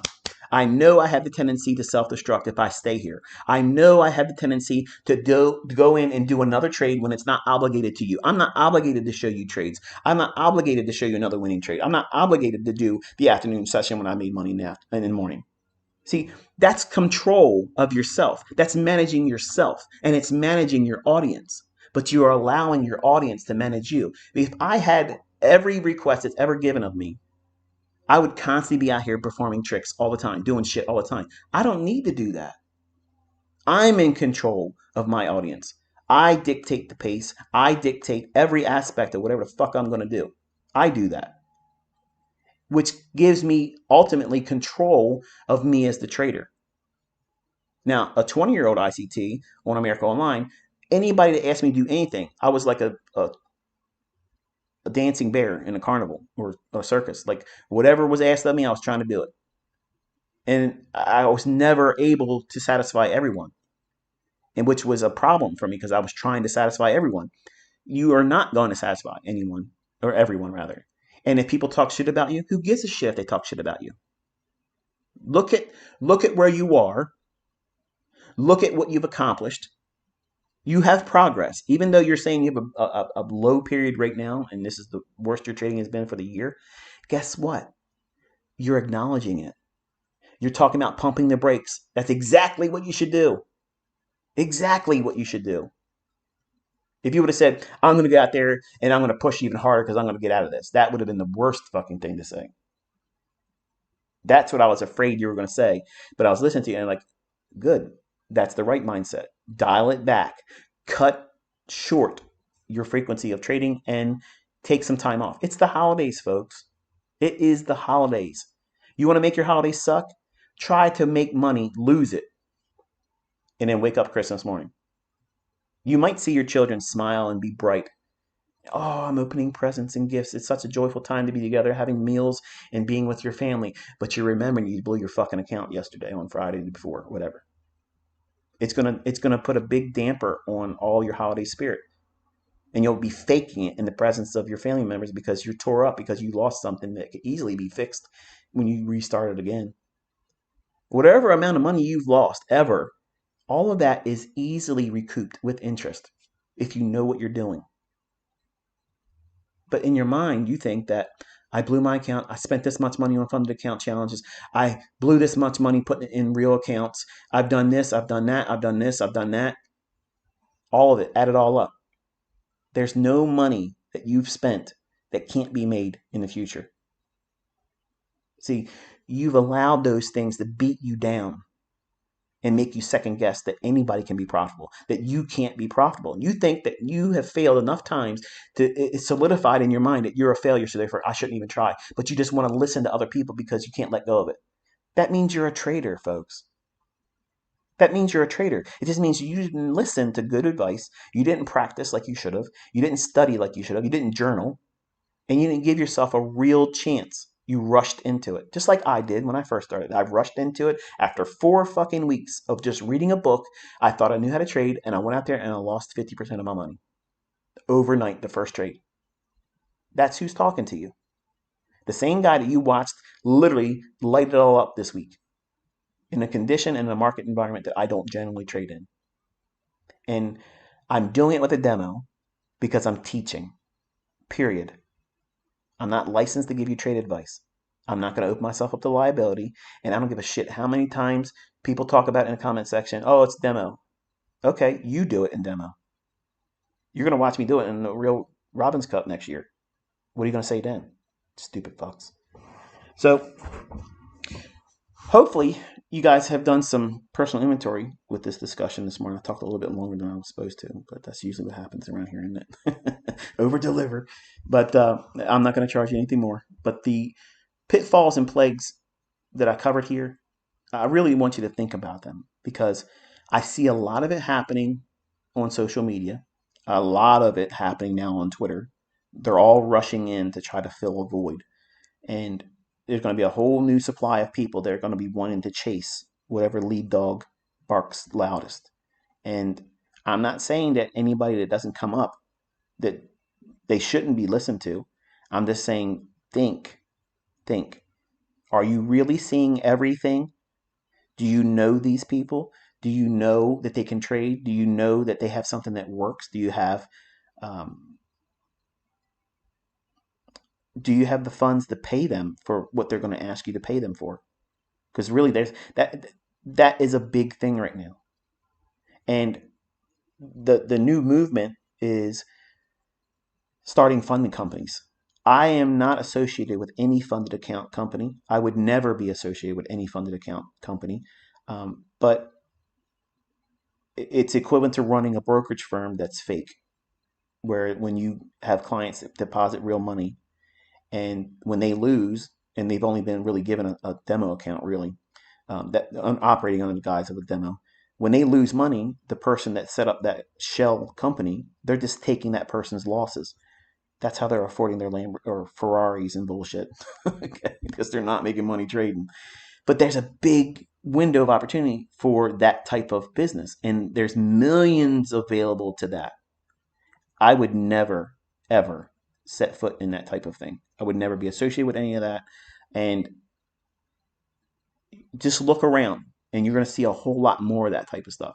I'm not saying every person that or individuals that do it are shady or that they're not, trying to do what's right. I'm just saying, just be careful, because that's the biggest thing right now. I see the trend shifting to, well, I really don't have to trade, because now if I start a funded company, the chances of someone being successful in trading is very limited. And while you may get the individual outlier come out once in a while that does real well, to have to be paid out, the majority of individuals that come in and they're paying for challenges and they're failing, that revenue that's constantly coming in, that will offset the few people that will ever join that company to get paid out. And the flavor is also, if there's someone extremely wildly profitable, this was one of my concerns. You know, do I have students that eventually get banned because they're just beating them up? And I don't know. I haven't had anybody come forward and say, yeah, ICT, this is what this, and that's my interest though. Like I'm interested to see, because there's a lot of you that listen to me, a lot of you trade with my concepts, and a lot of you do well. Would there ever be a situation where there's so many people coming in? Like that was that. Like I said, like the question I would ask if I was sitting down with all of the prop firm owners. Say like, what happens when there's a lot of winners and your model really is based on the income stream that comes in by way of the challenges being paid for, and that revenue that comes in, they use that as their operating. And I might be wrong, but my understanding is that's what they do. But even if you have a really good, like say I went in there and I did a prop firm challenge, and then they gave me a funded account and I ran that fucker up to millions of dollars, that still wouldn't be enough to pay out on just, I mean, that's my opinion. I don't know. I have very limited understanding about it, but I see a meal ticket that could be easily tapped into. And just sit back and watch over the next 6 to 12 months how many new prop firms creep up by social media traders. That's all I'm saying. Okay. Because it's another way of fleecing individuals. Because if you put money into it, okay, and you're pouring money into challenges and challenges and challenges, it's like when you have a fake brokerage firm and they put money into it. If you lose, naturally, you thought you lost the money. But in reality, that money was never placed in the marketplace. It was just worked with the premise of it like a demo account. If you win, okay, chances of you asking for a withdrawal is next to nil because everybody wants to run it up big. So when you lose, you think, well, I lost it. So that person that runs that fake brokerage account, they're just taking that money and depositing it in their bank account and paying for their Ferraris and paying for their bullshit Rolex. Okay. All that's garbage. That's trash. Okay. I would feel like a piece of shit if I ever did anything like that. I would never even think to do things like that. But I'm not saying all prop firms are like that, and I'm not saying all brokerage firms are like that. But there's a level of shadiness that certain individuals on social media that they're putting their hands in everything, and when they won't come out of their MT4, that's a problem. Because if you know how to trade and you're making money and you're a millionaire, okay, you'll be able to do that in another brokerage account. I've shown profitability in taking trades with AMP Global Futures. That's a real regulated broker in the United States. I traded with Thinkorswim. I literally have it on this YouTube channel, and you can see me log into the account, and I doubled the account in like 5 weeks using one contract. So that's not even trying. That was me answering a lot of questions from students. What would you do if you got drawdown here, and how would you fix this? I literally put the account in drawdown and showed me coming out of it too. I went into 30% drawdown in one day and came right back out of it in the same day. Like, these are all questions that students that paid me, where I am obligated to answer their questions. I'm not obligated to answer everybody that makes comments, questions. And personally, I can't answer every single question that gets made to me. I have so many videos, and there's always new comments being left on them. And also people emailing me that I can't get to because the email queue is so long. I can't I can't cater to everybody. And I know sometimes that it makes you feel like I'm ignoring you or you don't matter enough. Even some of my paid students feel this way because there's so many of you now. So it's one thing I wish I could do. I wish I could be more accessible, I guess, the way it was when I was on Baby Pips, where anybody that would ever ask me anything, it was right then and there. When we were on Baby Pips, I would go into the chat room and we would shut it down. Basically, the chat window or chat room would stop working. There were so many people that would come in because I wanted to answer questions. I wanted to have an interaction. I want you to learn.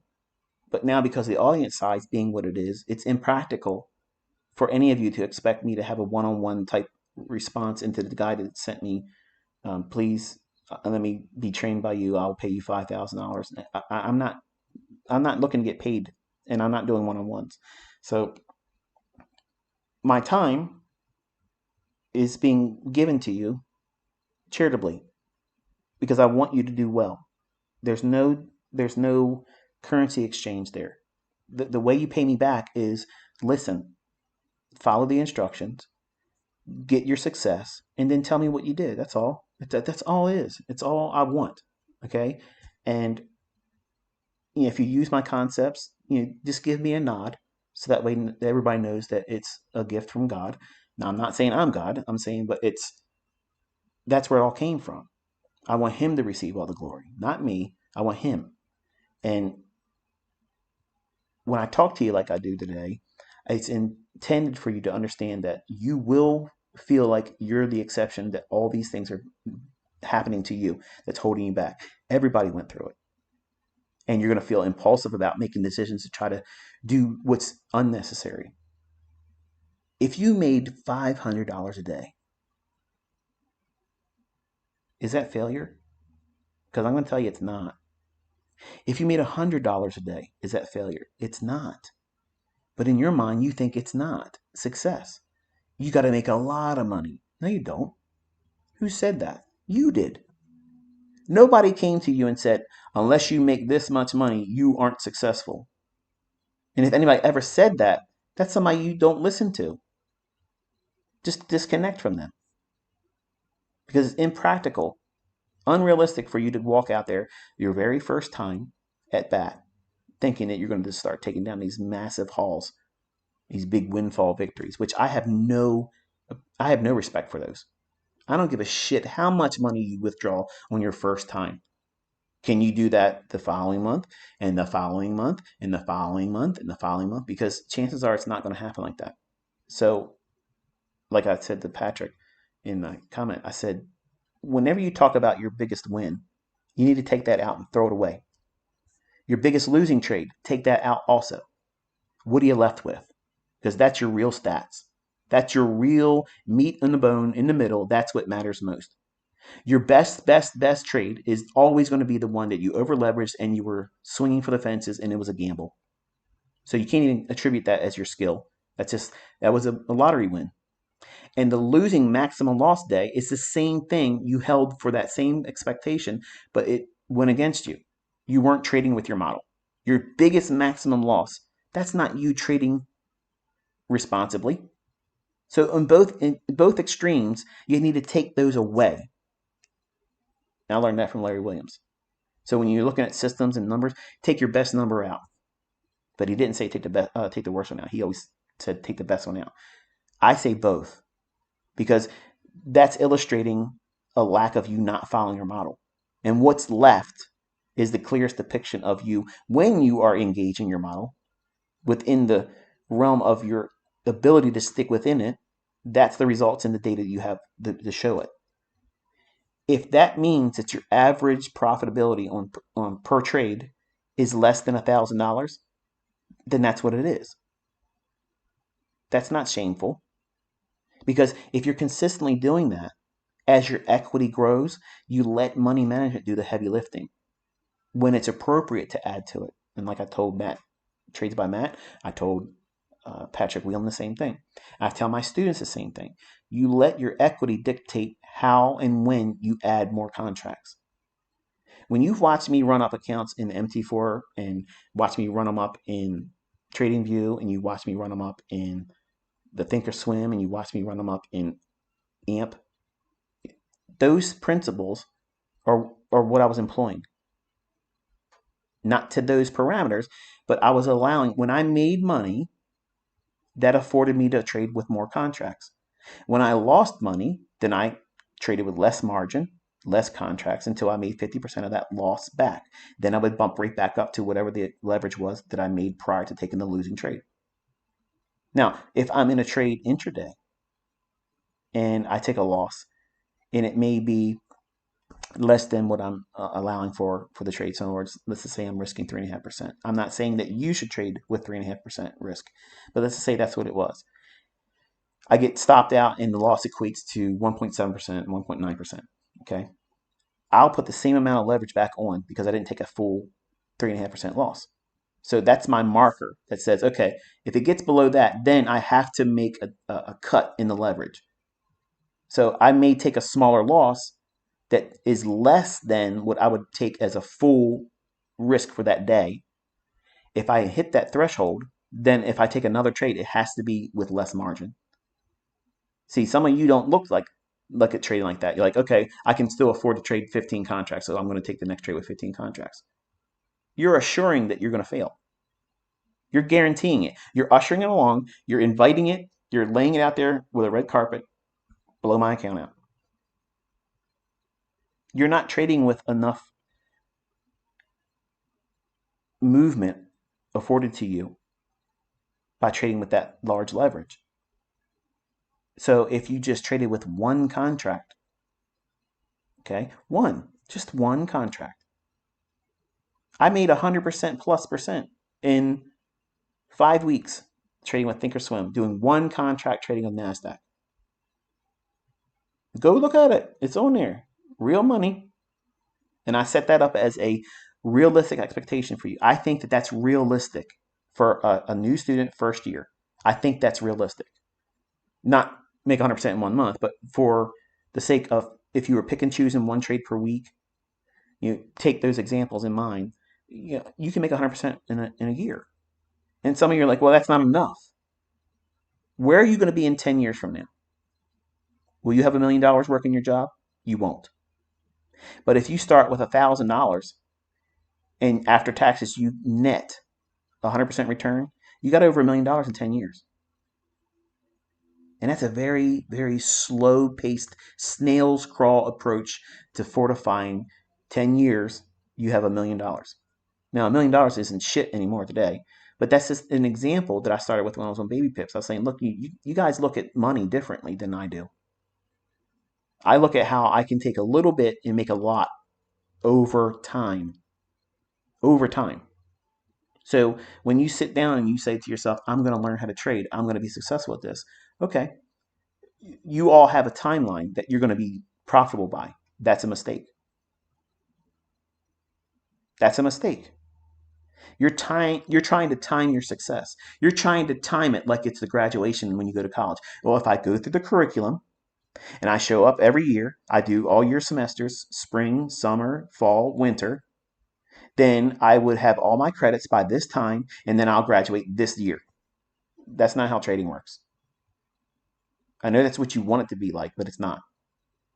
Some of you go in and you subscribe to the idea it might take you a year and a half to get there. And you get into content like I have and listen to the good logic like this discussion today, where it helps you calibrate your mindset and filter all the bullshit.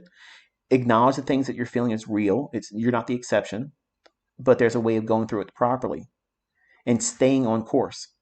Don't let short-term adversities deviate your course of action, and then you make the learning curve longer than it needs to be, because that's what really happens. I made it longer for myself because I was trying to tinker with something that was working, and I kept trying to make it better when it was already the best it can be. I mean, look at my entries, the strategies I use for entering a trade. Like, I'm literally buying lows. I'm buying the middle of fair value gaps. That's the low points. How can anybody argue against that? There was a comment that was left by a guy. He said, "Oh, come on, man. Let's make it believable. Like, you're every day being perfect with this." Thank you. Thank you for the compliment. I mean, apparently you didn't notice me getting stopped out a few times, but I take that as a compliment. But that's not what he meant it as. When your results are so good that other people can't acknowledge it or believe that they're even real, that's the highest form of a compliment. I don't look at that and think, oh, he thinks I'm a fraud. He might think that. I see him seeing my results and my executions that are absolutely real, saying it's too good to be true. That is the greatest compliment anybody could give to a trader. If your results look too good to be true, then yet you keep proving it, that's delicious. But it wasn't like that when I first started. It was a fucking train wreck. And the train just kept backing up and rolling back over top me, backing up and rolling back over top me. And I felt like it was never going to end. And I didn't have what I'm trying to provide for you as a source of encouragement. Keep sticking to it. Okay? Just keep sticking to it. You don't need to come back to my YouTube channel. You don't need to contribute to the ad revenue fund. Okay? You don't need to do that. You already have the videos downloaded. You know you do. Just study them. Stick to it. Don't fall away and think that it's not for you, because it is for you. But you're just trying to do things that are not conducive for you to get the results, because you cannot time your schedule. You can't schedule and time your success. It's going to arrive right on time. It's going to make perfect sense why it arrived when it does. And you're going to see how you, not me, not anyone else, not other things and other factors, hindered you. You did. And it'll make perfect sense what you did that prolonged everything. Every single one of my profitable students have the same epiphany that happens. They made it harder themselves. Usually it's the conversations like this that triggers them and says, you know what? I am doing those types of things. Let me try not doing those things and just listen. And all of a sudden, the curtain parts and they see the show for what it really is. They can see where the market's going to go, and they can see their model is in fact there all the time. And then they build the confidence of going in and engaging with it. And when they get the result of being in it and getting out with a profitable move, they don't go back in because they didn't feel good enough, that wasn't a good enough move. I didn't make enough money. I could have made more. So what? You could have made even more money if you would have bought and sold every high and low on the hourly chart from Sunday's opening to Friday's close. How much money did you leave on the table, folks? You're always leaving money on the table. It's not realistic to think that way. But yet, it's being posed as an argument in the comment sections of my videos, other people, from people that are working at fucking Jiffy Lube on Monday.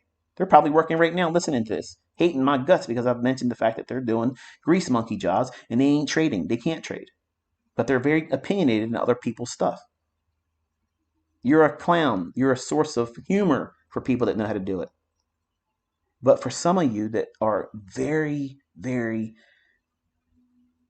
impressionable, you let the impressions of other people make a huge alteration to the course of action that you're trying to start with in this industry, when 90% of this war in trading is in your head. It's a psychological battle. You're battling with yourself, and then once you get in the marketplace, then you're arm wrestling the market. And that's hard. It's real hard if you don't know what you're doing and you're brand new, you have no experience, you've never been here before. Every little tiny fluctuation, one tick against your entry, feels like the beginning of a run on your stop. And that's not what it's like when you're thinking like I'm teaching you.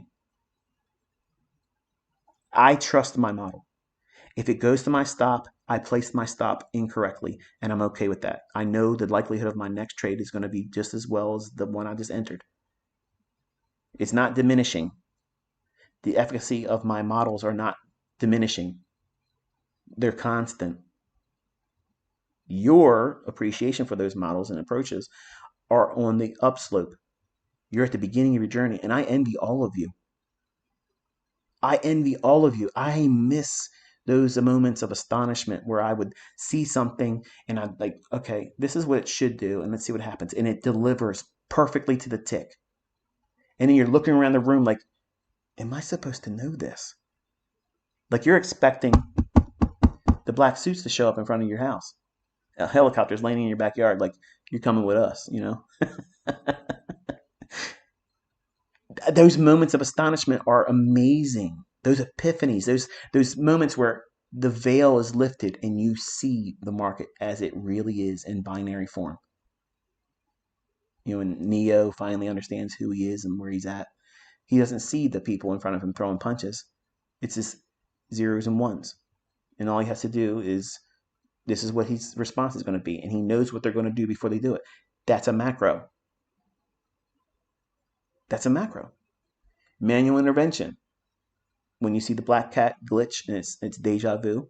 Okay, there's so many similarities and analogies that could be made with that movie, because we do live in a simulation. Everything that's around us is pre-programmed and scripted. And I could go a long direction off course with this and probably get myself in trouble on YouTube, but we're gonna leave that for another day in another medium. But The idea is, in closing, you need to guard your mind. You need to do the very least in the beginning.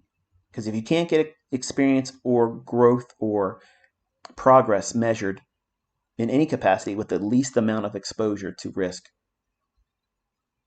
it matters not how much more risk you can accumulate. What's the difference is if you have 15 contracts on or if you have one micro lot on. If you're wrong about what you're trying to do in the marketplace, the market's going to show you. Do you need the maximum pain, the maximum expense, the maximum discomfort for you to appreciate that you're not following the model correctly? Because some of you, you're full of shit when you say, I got to learn how to trade with real money. That's the only way I can learn how to trade. No. What you're doing is you're saying that I'm a fucking idiot. Please beat me over the head with a stupid stick because I don't know enough to know that I can do this without any harm to myself, without any financial risk, without any kind of hardships that's going to cause me to second guess my own ability because of the fear of being wrong associated with money. That's the reality. Books aren't going to teach you that way. Mentors aren't going to teach you that way. It's sugar free, as it should be. You want it to taste sweet like honey. And sugar is a disease causer. The more you can cut sugar out of your diet, the best you're going to have in terms of health. The same way with trading. You want meat and potatoes, baby. Meat and fucking potatoes. That's it. Because whatever you can do with the least, if you have a measurable outcome that is more times than not delivered to you based on a model that you're working with, when you do that same procedure over and over again, just like a cookie cutter, you take it and you press it into the dough. Are you expecting a star-shaped cookie dough cutter to give you a shape of a circle or a square? No. It's designed to do one thing. You press it into the dough, you lift it up, there you have a piece of dough that's cut out in the form of a star. Wonderful. Are you trying to do something else outside of that? No.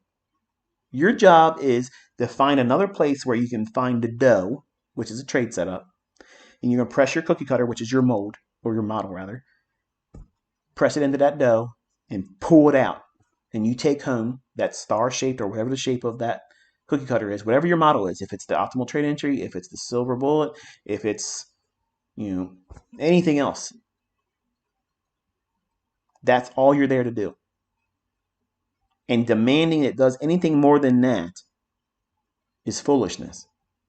The results that you get from the least amount of leverage from that is irrelevant in the beginning because you have to get to the point where you can replicate that over and over and over again, more times than not over the course of a month, over the course of a week. And taking that sample set and saying, okay, I have done this for a week, and this is the many transactions I've taken. This is how many that were profitable. This is how many times that were not profitable. This is how much I was able to yield as a net return. Over time, it'll become easier to do it. That's the goal. And you want it to be boring. You know, on Wednesday morning of next week, you're going to go out there and you're going to find 10 handles in the S&P. You know you're going to find 30 handles in the NASDAQ. I know that. I absolutely fucking know I'm going to do that. I know I'm going to be able to do that. I can do that. I know tonight when I lay my head down that my thought is not going to be swirling around. Am I going to be able to trade next week? Am I going to be able to pull anything off? Am I going to be able to find a setup? It's a given. It's absolutely given. I'm not worried about that. That is confidence that you cannot appreciate until you have it. And most traders don't have it.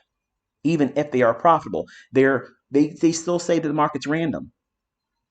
It is random if you're believing the bullshit you're trying to trade off of. All these things that you're subscribing to as a religion. Elliott wave, Wyckoff. It's this. It's jumping the creek.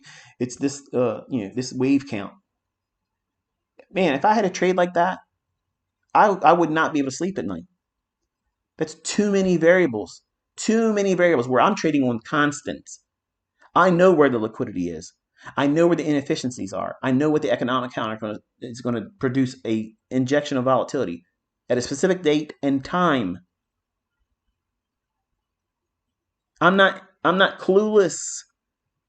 I'm not confused. I know exactly when I'm going to step my ass in there and tap dance all over this shit and moonwalk my ass out the door with a bounty. I'm going to do that anytime I fucking want. And when you learn how to do it, you'll do the same thing. It's confidence that you cannot appreciate until you have it. In the hands of weaker men and ladies, you'll be a prick like I was on American Online when I finally got it. I was an asshole. You think I'm an asshole now? No, I was bragging. I was really bragging all the time. I'm just spitting facts right now, and I'm bringing receipts every single day. But you don't want to accept it because you can't do it yet. And you think it should have happened to you because you watched a few videos or you scribbled some bullshit on a notepad or a napkin at work, and you think that you've been journaling. That's not a real attempt at doing it. You're half-assing it. And if you're half-assing it, don't be surprised when you get half-assed results. When you make it your business, that this is your career, you are learning how to operate and run a business. What is it? You Incorporated. You Incorporated. Because trading opens up so many more opportunities than just getting funded, getting paid out, getting in an account with real money in it, and then taking withdrawals from it. If that's all you see in trading, wow, what a myopic view. You have so many ways to turn this into an enterprise. Like I could look at the level I am right now. Okay, no advertising, all word of mouth, and I'm not even selling anything anymore. Any one of you right now would love to be where I'm at, and you would be pushing it, maximizing it, squeezing every drop out of the level of attention that's on me right now. Imagine if you had that with real skill. All I'm trying to do is inspire you to do that. Just do that and apply it to everything you do in life. You'll never run out of money. You'll never feel any kind of anxiety. You'll never have second doubts about what you're going to be able to accomplish. You won't see any ceiling at all. No ceiling. Anytime I want to walk out in any given time and start making millions of dollars, I can do it. And I don't need to be trading on market to do it either. I can make millions in the trading market. I can make money in millions of dollars marketing myself as an educator. I could go out and write books. I can go out and make courses. I can do signal services. I can go around doing teaching circuits. I can be hired on by companies that are asking me every fucking week, please train our analysts. No. Who's in a seat of control here? I am. When you're comfortable with what you have and you don't need any more, that's a feeling none of you can understand. I don't ever need to trade. I don't ever need to make any more money doing anything. I'm completely comfortable. My family is set. That's what you want to be able to do for your family. You want to be able to lock it down, set it up where it's residual wealth, legacy wealth. But I hold my children to a higher degree of responsibility. While they could easily just have money thrown in their hands, and I've done this, and they've recklessly spent it. They've done stupid shit with it, put it in fucking cryptocurrency and whatnot, and lost it with shady ass brokers. Their wallet, something didn't happen. They can't get their money. Some other crypto went to zilch, zero. Hey, shit happens. But I make them work. I want them to know what it feels like, because if I just give them money and they've never tasted what it's like for everyone else to, like it was for me, I had to work and part-time jobs on top of it. When I was replenishing the money I blew in those accounts, I had to work a secondary job to get it. And it took a lot to be able to get that money back in there just to do it again. But I didn't lose hope. I was cussing and ranting and raving the whole time I had to do it, wanting to quit the extra job I was working. But I knew unless I did this, nothing's going to change. Nothing is going to change unless you put your feet to the ground and say, I'm digging my heels in. I know it's going to be hard. I know I'm going to have pushback. I know it's going to be requiring me to put time into it. When all my friends are out there running around and clubbing and doing this and chasing tail and doing this and doing that and drinking and having fun on the weekends, I'm going to be in these charts studying. I'm going to be living my life differently.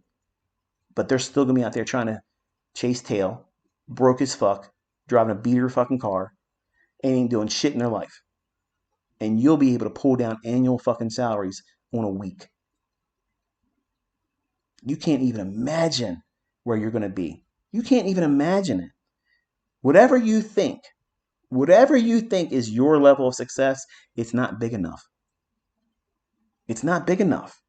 You have no idea when you strip all these limitations that you put on yourself. You shackle yourself with your own mindset. You do it. This is all I can see myself doing right now. When you start making $100,000 a year, you start thinking to yourself, well, shit, that wasn't all that hard. I thought it was really hard. Well, now I'm going to aim for $500,000. And the attempts that you do to do that, you get there in less than half the time. And you start thinking, well, shit, they say the first $1 million is the hardest one. I'm about there. Boom, in a couple more months, and then you're there. And you look back and say, $1 million isn't all that much money. And yeah, it took some effort, but it didn't take as much effort as I thought it was going to take. And then you start making 5 million, 10 million, 15 million, 50 million. And I know I'm talking in numbers none of you can fucking comprehend, but it is what it is, folks. It's just math. It's just math. You're compounding the efforts of what you're able to do on the smallest form. In that little cookie cutter mold that I'm going to find 5 handles in the S&P to begin with. And I'm going to let it grow till I can start doing 8 and then 10, or start with 20 in NASDAQ and work towards 30 and 40 to 50. You only got to do them a few times a week, folks. And as your equity increases, you can afford to do more contracts. That compounds, and you keep adding it more and more and more. But the level of risk is always the same. Whatever you associate in terms of your risk, I'm not going to risk more than 1%. But I can't get rich trading with 1%. Bullshit. You can get rich trading with 1/4 of 1%. You have to submit the time. None of you want to do that part, but that's the part you have to submit to. That's the first thing I submitted to when I first started trading. I had a 20-year plan. Imagine me writing a book. How to be successful and retire 20 years as a trader. Nobody's buying that book. Now, in the 80s and the 90s, that would have been a great title because everything was around what? And for you younger folks, you ain't going to know this, but it was all mutual fund. It was when mutual funds and Fidelity. Everybody was trying to get people to invest in these mutual funds. And they were projecting, this is what you should do. Average is 12% return on stocks over the course of the years. You put this much money in, your money can compound. You'll have $1 million by the time you're whatever. So I was like, well, shit. If I can make 12% in a mutual fund a year, what happens if I start making 12% a month? And then what happens when I start making 12% every 2 weeks? And then what happens if I make 12% a week? And what happens if I can compound my efforts and find trades that yield 12% in the same day? Suddenly, all these big numbers that were fearful for me as even contemplating as realistic ever to reach for, they became reachable. Because I'm not increasing the level of effort in my trades. All I need is the setup. And as the equity increases in the baseline is whatever it is at the time, it's 100,000, 250,000, 500,000, $1 million account. Whatever that is, the risk percentage is never increasing. So whatever you've adopted as your model is, this is what I'm going to risk. It's going to be 1% or less. It's going to be 0.5%. It's going to be 1/4%. You're trying to tell me you're not satisfied risking 1/4 of 1% of $1 million if you have that in your trading. Okay, it's real money, not funded bullshit. It's real money, and you're able to take down a setup that yields 5 to 8 to 10 times what you're risking. Really? You don't think that that's a good living? 50 fucking grand a week? You can't get rich? Oh yeah, you're fucking great. That's rich. You don't know what the fuck you're talking about. You failed math. But you have to give yourself time. You got to let it build up.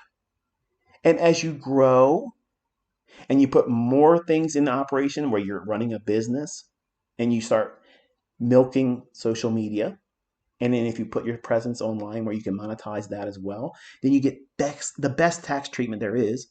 You can drive all these big fancy cars and lease them and laugh at people and say, oh, it's a lease. Yeah, I'm getting paid to drive it, fucker. Enjoy riding around in your beater ass fucking pickup truck that's 15 years old. Dusty ass shit with McDonald's French fries that ain't even fucking decomposed yet. Sitting back here talking about something, oh, well, you drive around in a leased car. Bitch, get out of here. My cars cost more than your fucking house. Get the fuck out of here with your bullshit. These people will try to tear you down all the time. And the more success you have, the more success that you share, there are more of them going to come at you. Are you going to live your life worrying about what they're going to say about you? Fuck these people. They are losers. The fact that they're spending their time talking about you, they're fucking showing you they're losers. Nobody that has success spends any time talking about somebody else. Nobody does. Nobody has time talking about that shit. You keep your business minded by you. You mind your own business. Nobody else is going to mind it. You do it. And you stay out of everybody else's business. You keep your head in the charts.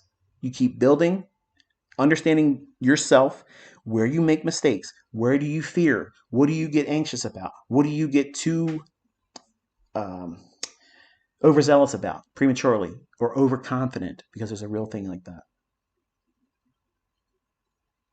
Identify those things. They're going to help you prune that tree, that money tree that you're growing into a money tree. I'm a money making dynamo. I can walk out these fucking doors. I could lose everything. I could literally lose every fucking thing. And I could start with zero money in my fucking pocket. And in 12 months, be a multimillionaire again. Do you feel that confident about yourself? Because everything I talked about in this presentation today, it all leans on having one skill set. I could be broke as fuck. And I could sit down with people and say, look, let's come together. I'm going to prove to you that I can do this. Okay? I'm going to prove to you that this can be made with real money. I don't have the money to give to you right now to contribute, but I have the skill set. Okay? I'm going to pull back the veil and tell you what I was doing in my younger years. When I got a married woman pregnant, I had to do this very thing. I had to be under the radar. I had friends that knew friends and family that had money. That's how it worked. So because I couldn't sit down and put money in a brokerage firm because this woman was trying to get in my back pocket all the time. So I worked menial jobs. I did those things to keep a gold digger from my back pocket. I did that. I promised her when we went to court, I said, you won't see a fucking penny. And I had joint custody. So for the people who are saying I was a deadbeat dad, I had him every day of the week except for one night, Thursday. When you broadcast you have lots of money, you invite that kind of shit. And some of you young men literally are asking for the biggest fucking shock of your life.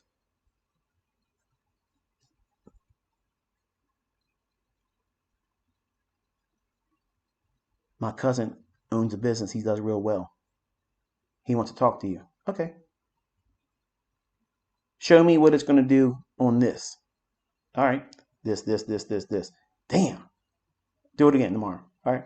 It's going to do this. This. How much money could I made there? 20 grand. What? Yep. What's the split? I get 15%. And help anytime I need it. And that's what I was doing. That's exactly what the fuck I was doing. And I had everything I ever wanted. I had money all the time. I had so many friends and resources and more people constantly coming up. And I was scratching their back. They were scratching mine. They were giving me gifts. Okay? So when people talk shit about you and tear you down and think that they're winning and you laugh at them because you beat every fucking obstacle that was placed in front of you, who's really laughing loudest? There's always going to be someone in your family, your friends, that's going to deny and say you can't do this. They're going to tell you don't waste your time doing it. Don't try. Don't even bother trying. You're going to fail. You're going to fail. You're going to fail. That's the enemy talking. That is something that's trying to steal your future legacy, that's literally being laid in front of you. If this is your first time you ever listen to me, it's being laid in front of you right now. And I guarantee you, if you make the mistake of talking about it to somebody else, friend or family, they're going to give you 15 fucking reasons why you shouldn't do it. It ain't them telling you that. It's the enemy. Steal, kill, destroy. That's what they do. And if you believe them, that's unfortunate. Because you can do this. You absolutely can do it. There's so many people now that came forward and says, this is what I used and this is what's working for me. And you believe what you want to believe, but I'm making money. And here's the proof. Here's the evidence of it. I promised you 2 years ago I was going to bring the receipts, and here they are. Look how many people are out there saying, this is it. I found my way. I don't fear losing my job. I don't fear another pandemic. I don't fear inflation. I don't give a shit what gas costs. I could care less what gasoline costs. I have 8-cylinder engines. I'm not going to size down. I will pay their smog tax. I don't give a fuck. None of that bothers me. None of that's a deterrent to how I'm going to spend my money. That is a living experience that I want all of you to have. I want you to all look at things and say, you know what? I don't fear what things cost. I don't fear inflation, because you'll always outpace it.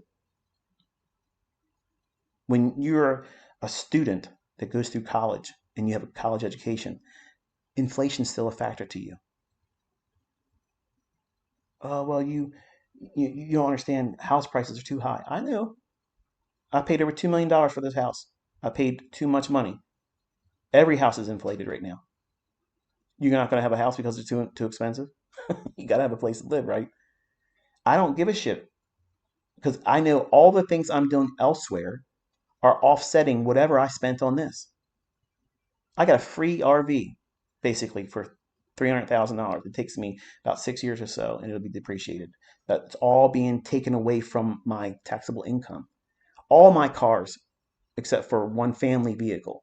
I always had a car that was considered the family vehicle, but I've always had company cars. Every gasoline intake that I put in those, except for my family car, is 100% write-off. When I buy food at a restaurant, it used to be you had to talk about business, but they did away with that. Now it's not like that anymore. But 50% of whatever you spend in food. Look how much food costs if you go through a restaurant. Say you go to a Ruth Chris. Okay, you have yourself a nice meal, nice crab cake, nice steak or whatever. You can't not spend at least $200 some. Well, you're beat out of $200 plus the tip if you want to give it. Some people don't like the tip, which I think is ignorant, but it is what it is. You're beat out of that money. Whenever I spend money, half of whatever I spend is deducted from whatever my taxable income is. When I go on vacations, when I buy things like my computer, all of the peripherals that go for my computer, all write off. So when I buy stuff, I buy the highest end everything. I want the maximum benefit of having the best, and I want the maximum write off. See, when you're an employee working for a company, you're looking for what you can afford, because you're getting beat for what you spend, because you're not financially literate. You've been indoctrinated. You've been told the American dream is go to work, get a good job, get an education, get a house, get tied up in a 30-year mortgage. Fuck 30-year mortgages. If you have a mortgage, you're an idiot. You're paying fucking 2 times, 3 times for a house that's already too much money, when it's just so much easier for you to rent something that you can afford, learn how to invest, take that money, maximize it, build it up, and buy something fucking cash. Oh, it's easier said than done. I understand that. Look, I hear you. I hear you. But I was there the same way. I lived in apartments. I lived in areas that I would not feel comfortable walking in. I did all that stuff. Nobody walks out. Well, let me rephrase. There are people walking around with a silver spoon up their ass, but it wasn't me. My middle name is Joe. Average fucking Joe. That's where I came from. Average Joe from Middle River, Maryland. That is me. And if I can do this with all the hardships and mental illness and shit that I had to deal with, I know you can.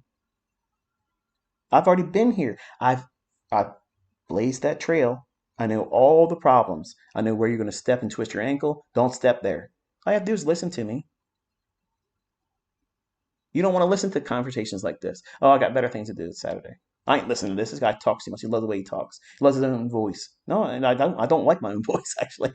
But the point is this: if someone that you knew had a big ass fucking house, 10,000 square foot house, millions of fucking dollars, makes money hand over fist, doesn't go to work, just does whatever the fuck they want to do, and they say, hey, let me help you out. Let me show you how to make some money. Would you tell that guy to go fuck himself? Get out of here. I ain't got time to listen to you. No. You'd be like, yeah, I'd love to hear what you have to say.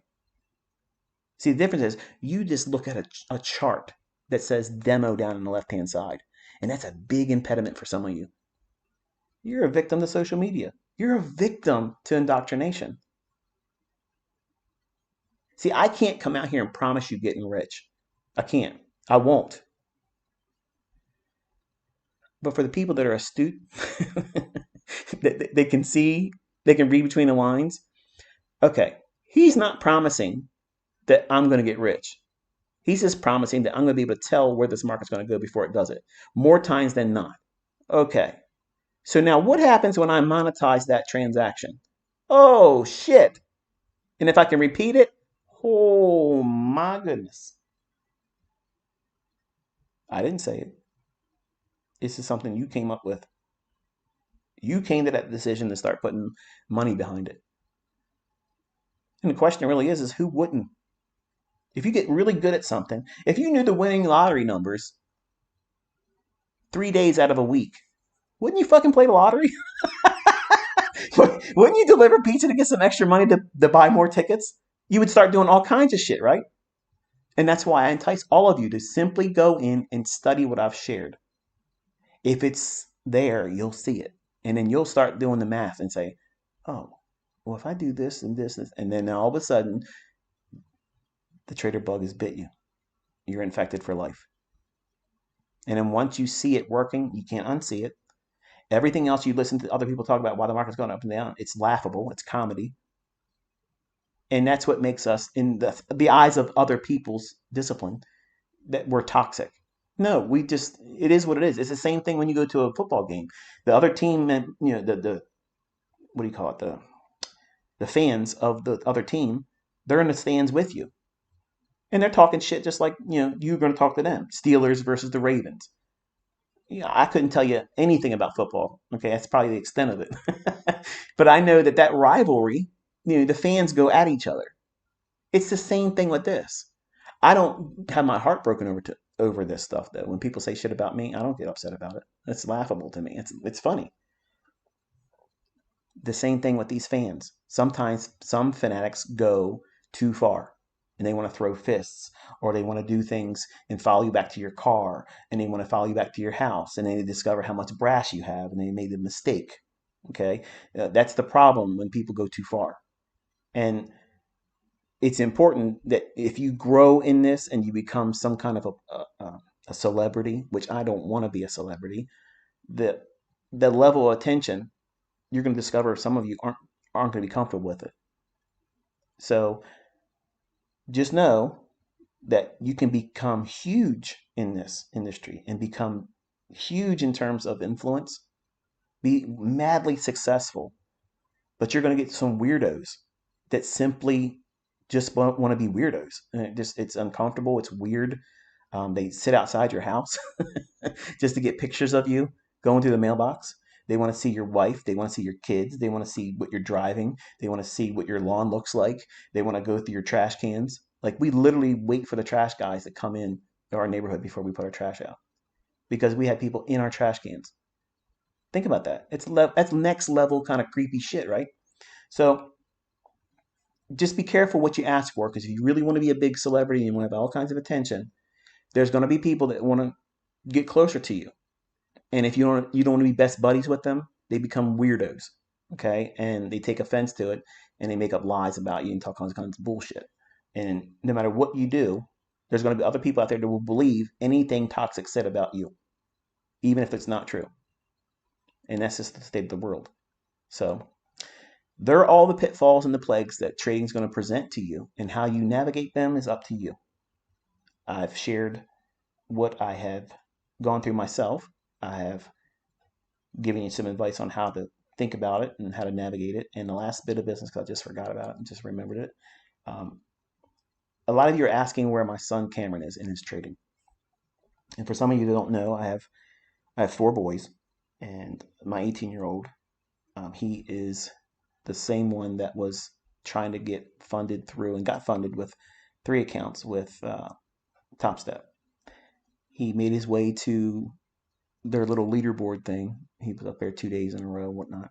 He had 2 payouts and then failed to hold on to it, lost it, and then tried to get I don't remember whatever their biggest. I think it's 100,000 account. Whatever their biggest one is, he was trying to do that after he lost his funded account, and then he failed on that. So what he's going through is he had a girlfriend. And some of you that are little dick energy guys, you're going to say this is perfect excuses, blah, blah, blah, whatever. He should be perfectly because he's your son and he should be doing this. And I force them to do this on their own. I give them advice. I tell them how to trade, but they still have to follow the rules. How many people get in a car accident by not simply following the rules to stay on your side of the fucking road? That line in the middle of the road is there to say, don't cross me. How many times do you cross it? How many times are you texting and your shit goes over that line? So don't give me the bullshit about because he's my son. It's still, he's being held to accountability. I'm not making it easy for any of them. So he had a girlfriend and she was going away to college this year. And I sat down with him on the summer. And I said, I'm just letting you know the chances of you surviving a boyfriend relationship, girlfriend type thing, is next to zero because you're going out of state. You're going to be gone for months. And Cameron is going to want to worry you to death, texting you, missing you, and whatever, because he's a romantic at heart like his dad, right? So, long story short, the inevitable happened. She said, I can't stay with you in a boyfriend relationship. So we can be friends. And she started dating another guy on campus. So that's done him in terms of it broke his heart. He's he's not he's not the same anymore. Like he doesn't have any kind of drive. He's depressed all the time. Um, it's just it's sad. But I see myself because my first wife I was the same way. Like she was my first in everything, and when she broke up, it was devastating. Like I couldn't think about anything but her. It was a mess. It was a total mess. And he's going through that right now. So he doesn't want to do any trading. He doesn't want to do video games. He doesn't want to hang out with family. He doesn't want to do anything. He just goes to work, comes home tired and sore, and then hates his life, he said. So it's depression. That's the reality of the real world, folks. Okay. Trading doesn't remove it. Okay. Even if you make money, those things are going to happen in your life. You're going to have a breakup. You're going to have a health problem. You're going to, get into a car accident and things are going to get broken or destroyed and you're going to have to pay money out of pocket. Things are going to blow up that, cost you to replace. All those things are stressful. And he's a young man. He's 18 years old. This is his first adult thing. And he's wrestling with it. So guys, ladies, you don't know this, but men really have it hard when a girl breaks up with them, especially when you didn't see it coming. And they were cute together. If they weren't having the separation of college, I think they would still be together. But you spend months away from each other, and then you are separated from your family too, in a new location, constantly stressed with school, and somebody starts giving you attention. What are you going to do? You're going to pal out with them, and it's natural.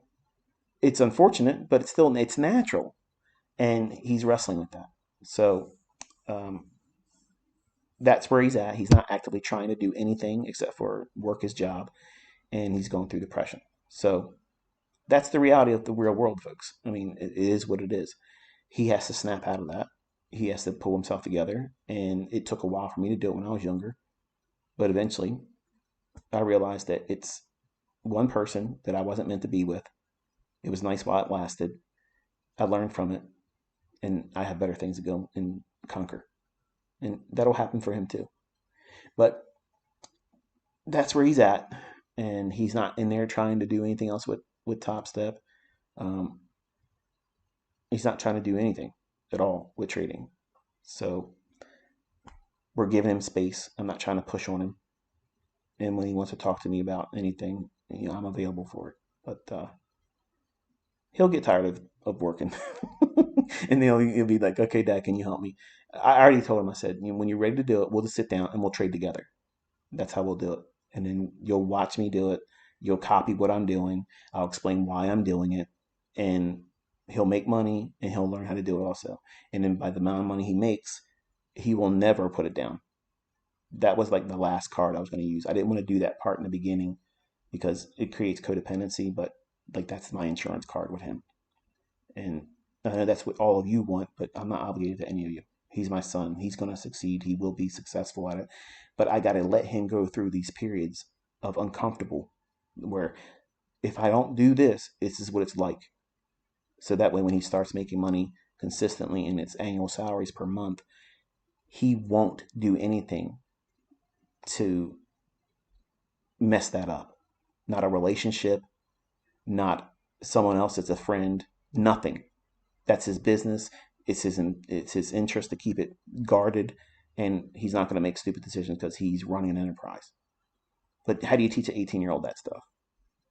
They got to go through some stuff. They got to feel discomfort. And for the people that's going to try to play Father 101 for me, okay, and tell me I should do this, do that, you manage your own kids, okay? You manage your own kids and you do what you got to do in your life and your family. I'll do the way I want to do it. I'm not taking advice on how to raise my fucking kids, okay? But they won't be homeless. Let's put it that way. And none of my kids live in fucking trailers. I'm just gonna toss that in there because it's some stupid shit. None of my kids live in fucking trailers, and they're not fucking gonna be homeless. So there you go. But anyway, Vinny E. Mini, bring your bitch ass into Robin's Cup. I'm absolutely going to be in there, and I'm going to throttle your fucking ass. Bring your shit, Mickey Mouse, because I'm going to fucking cartoon your ass all the way through next year. Then the real fun starts.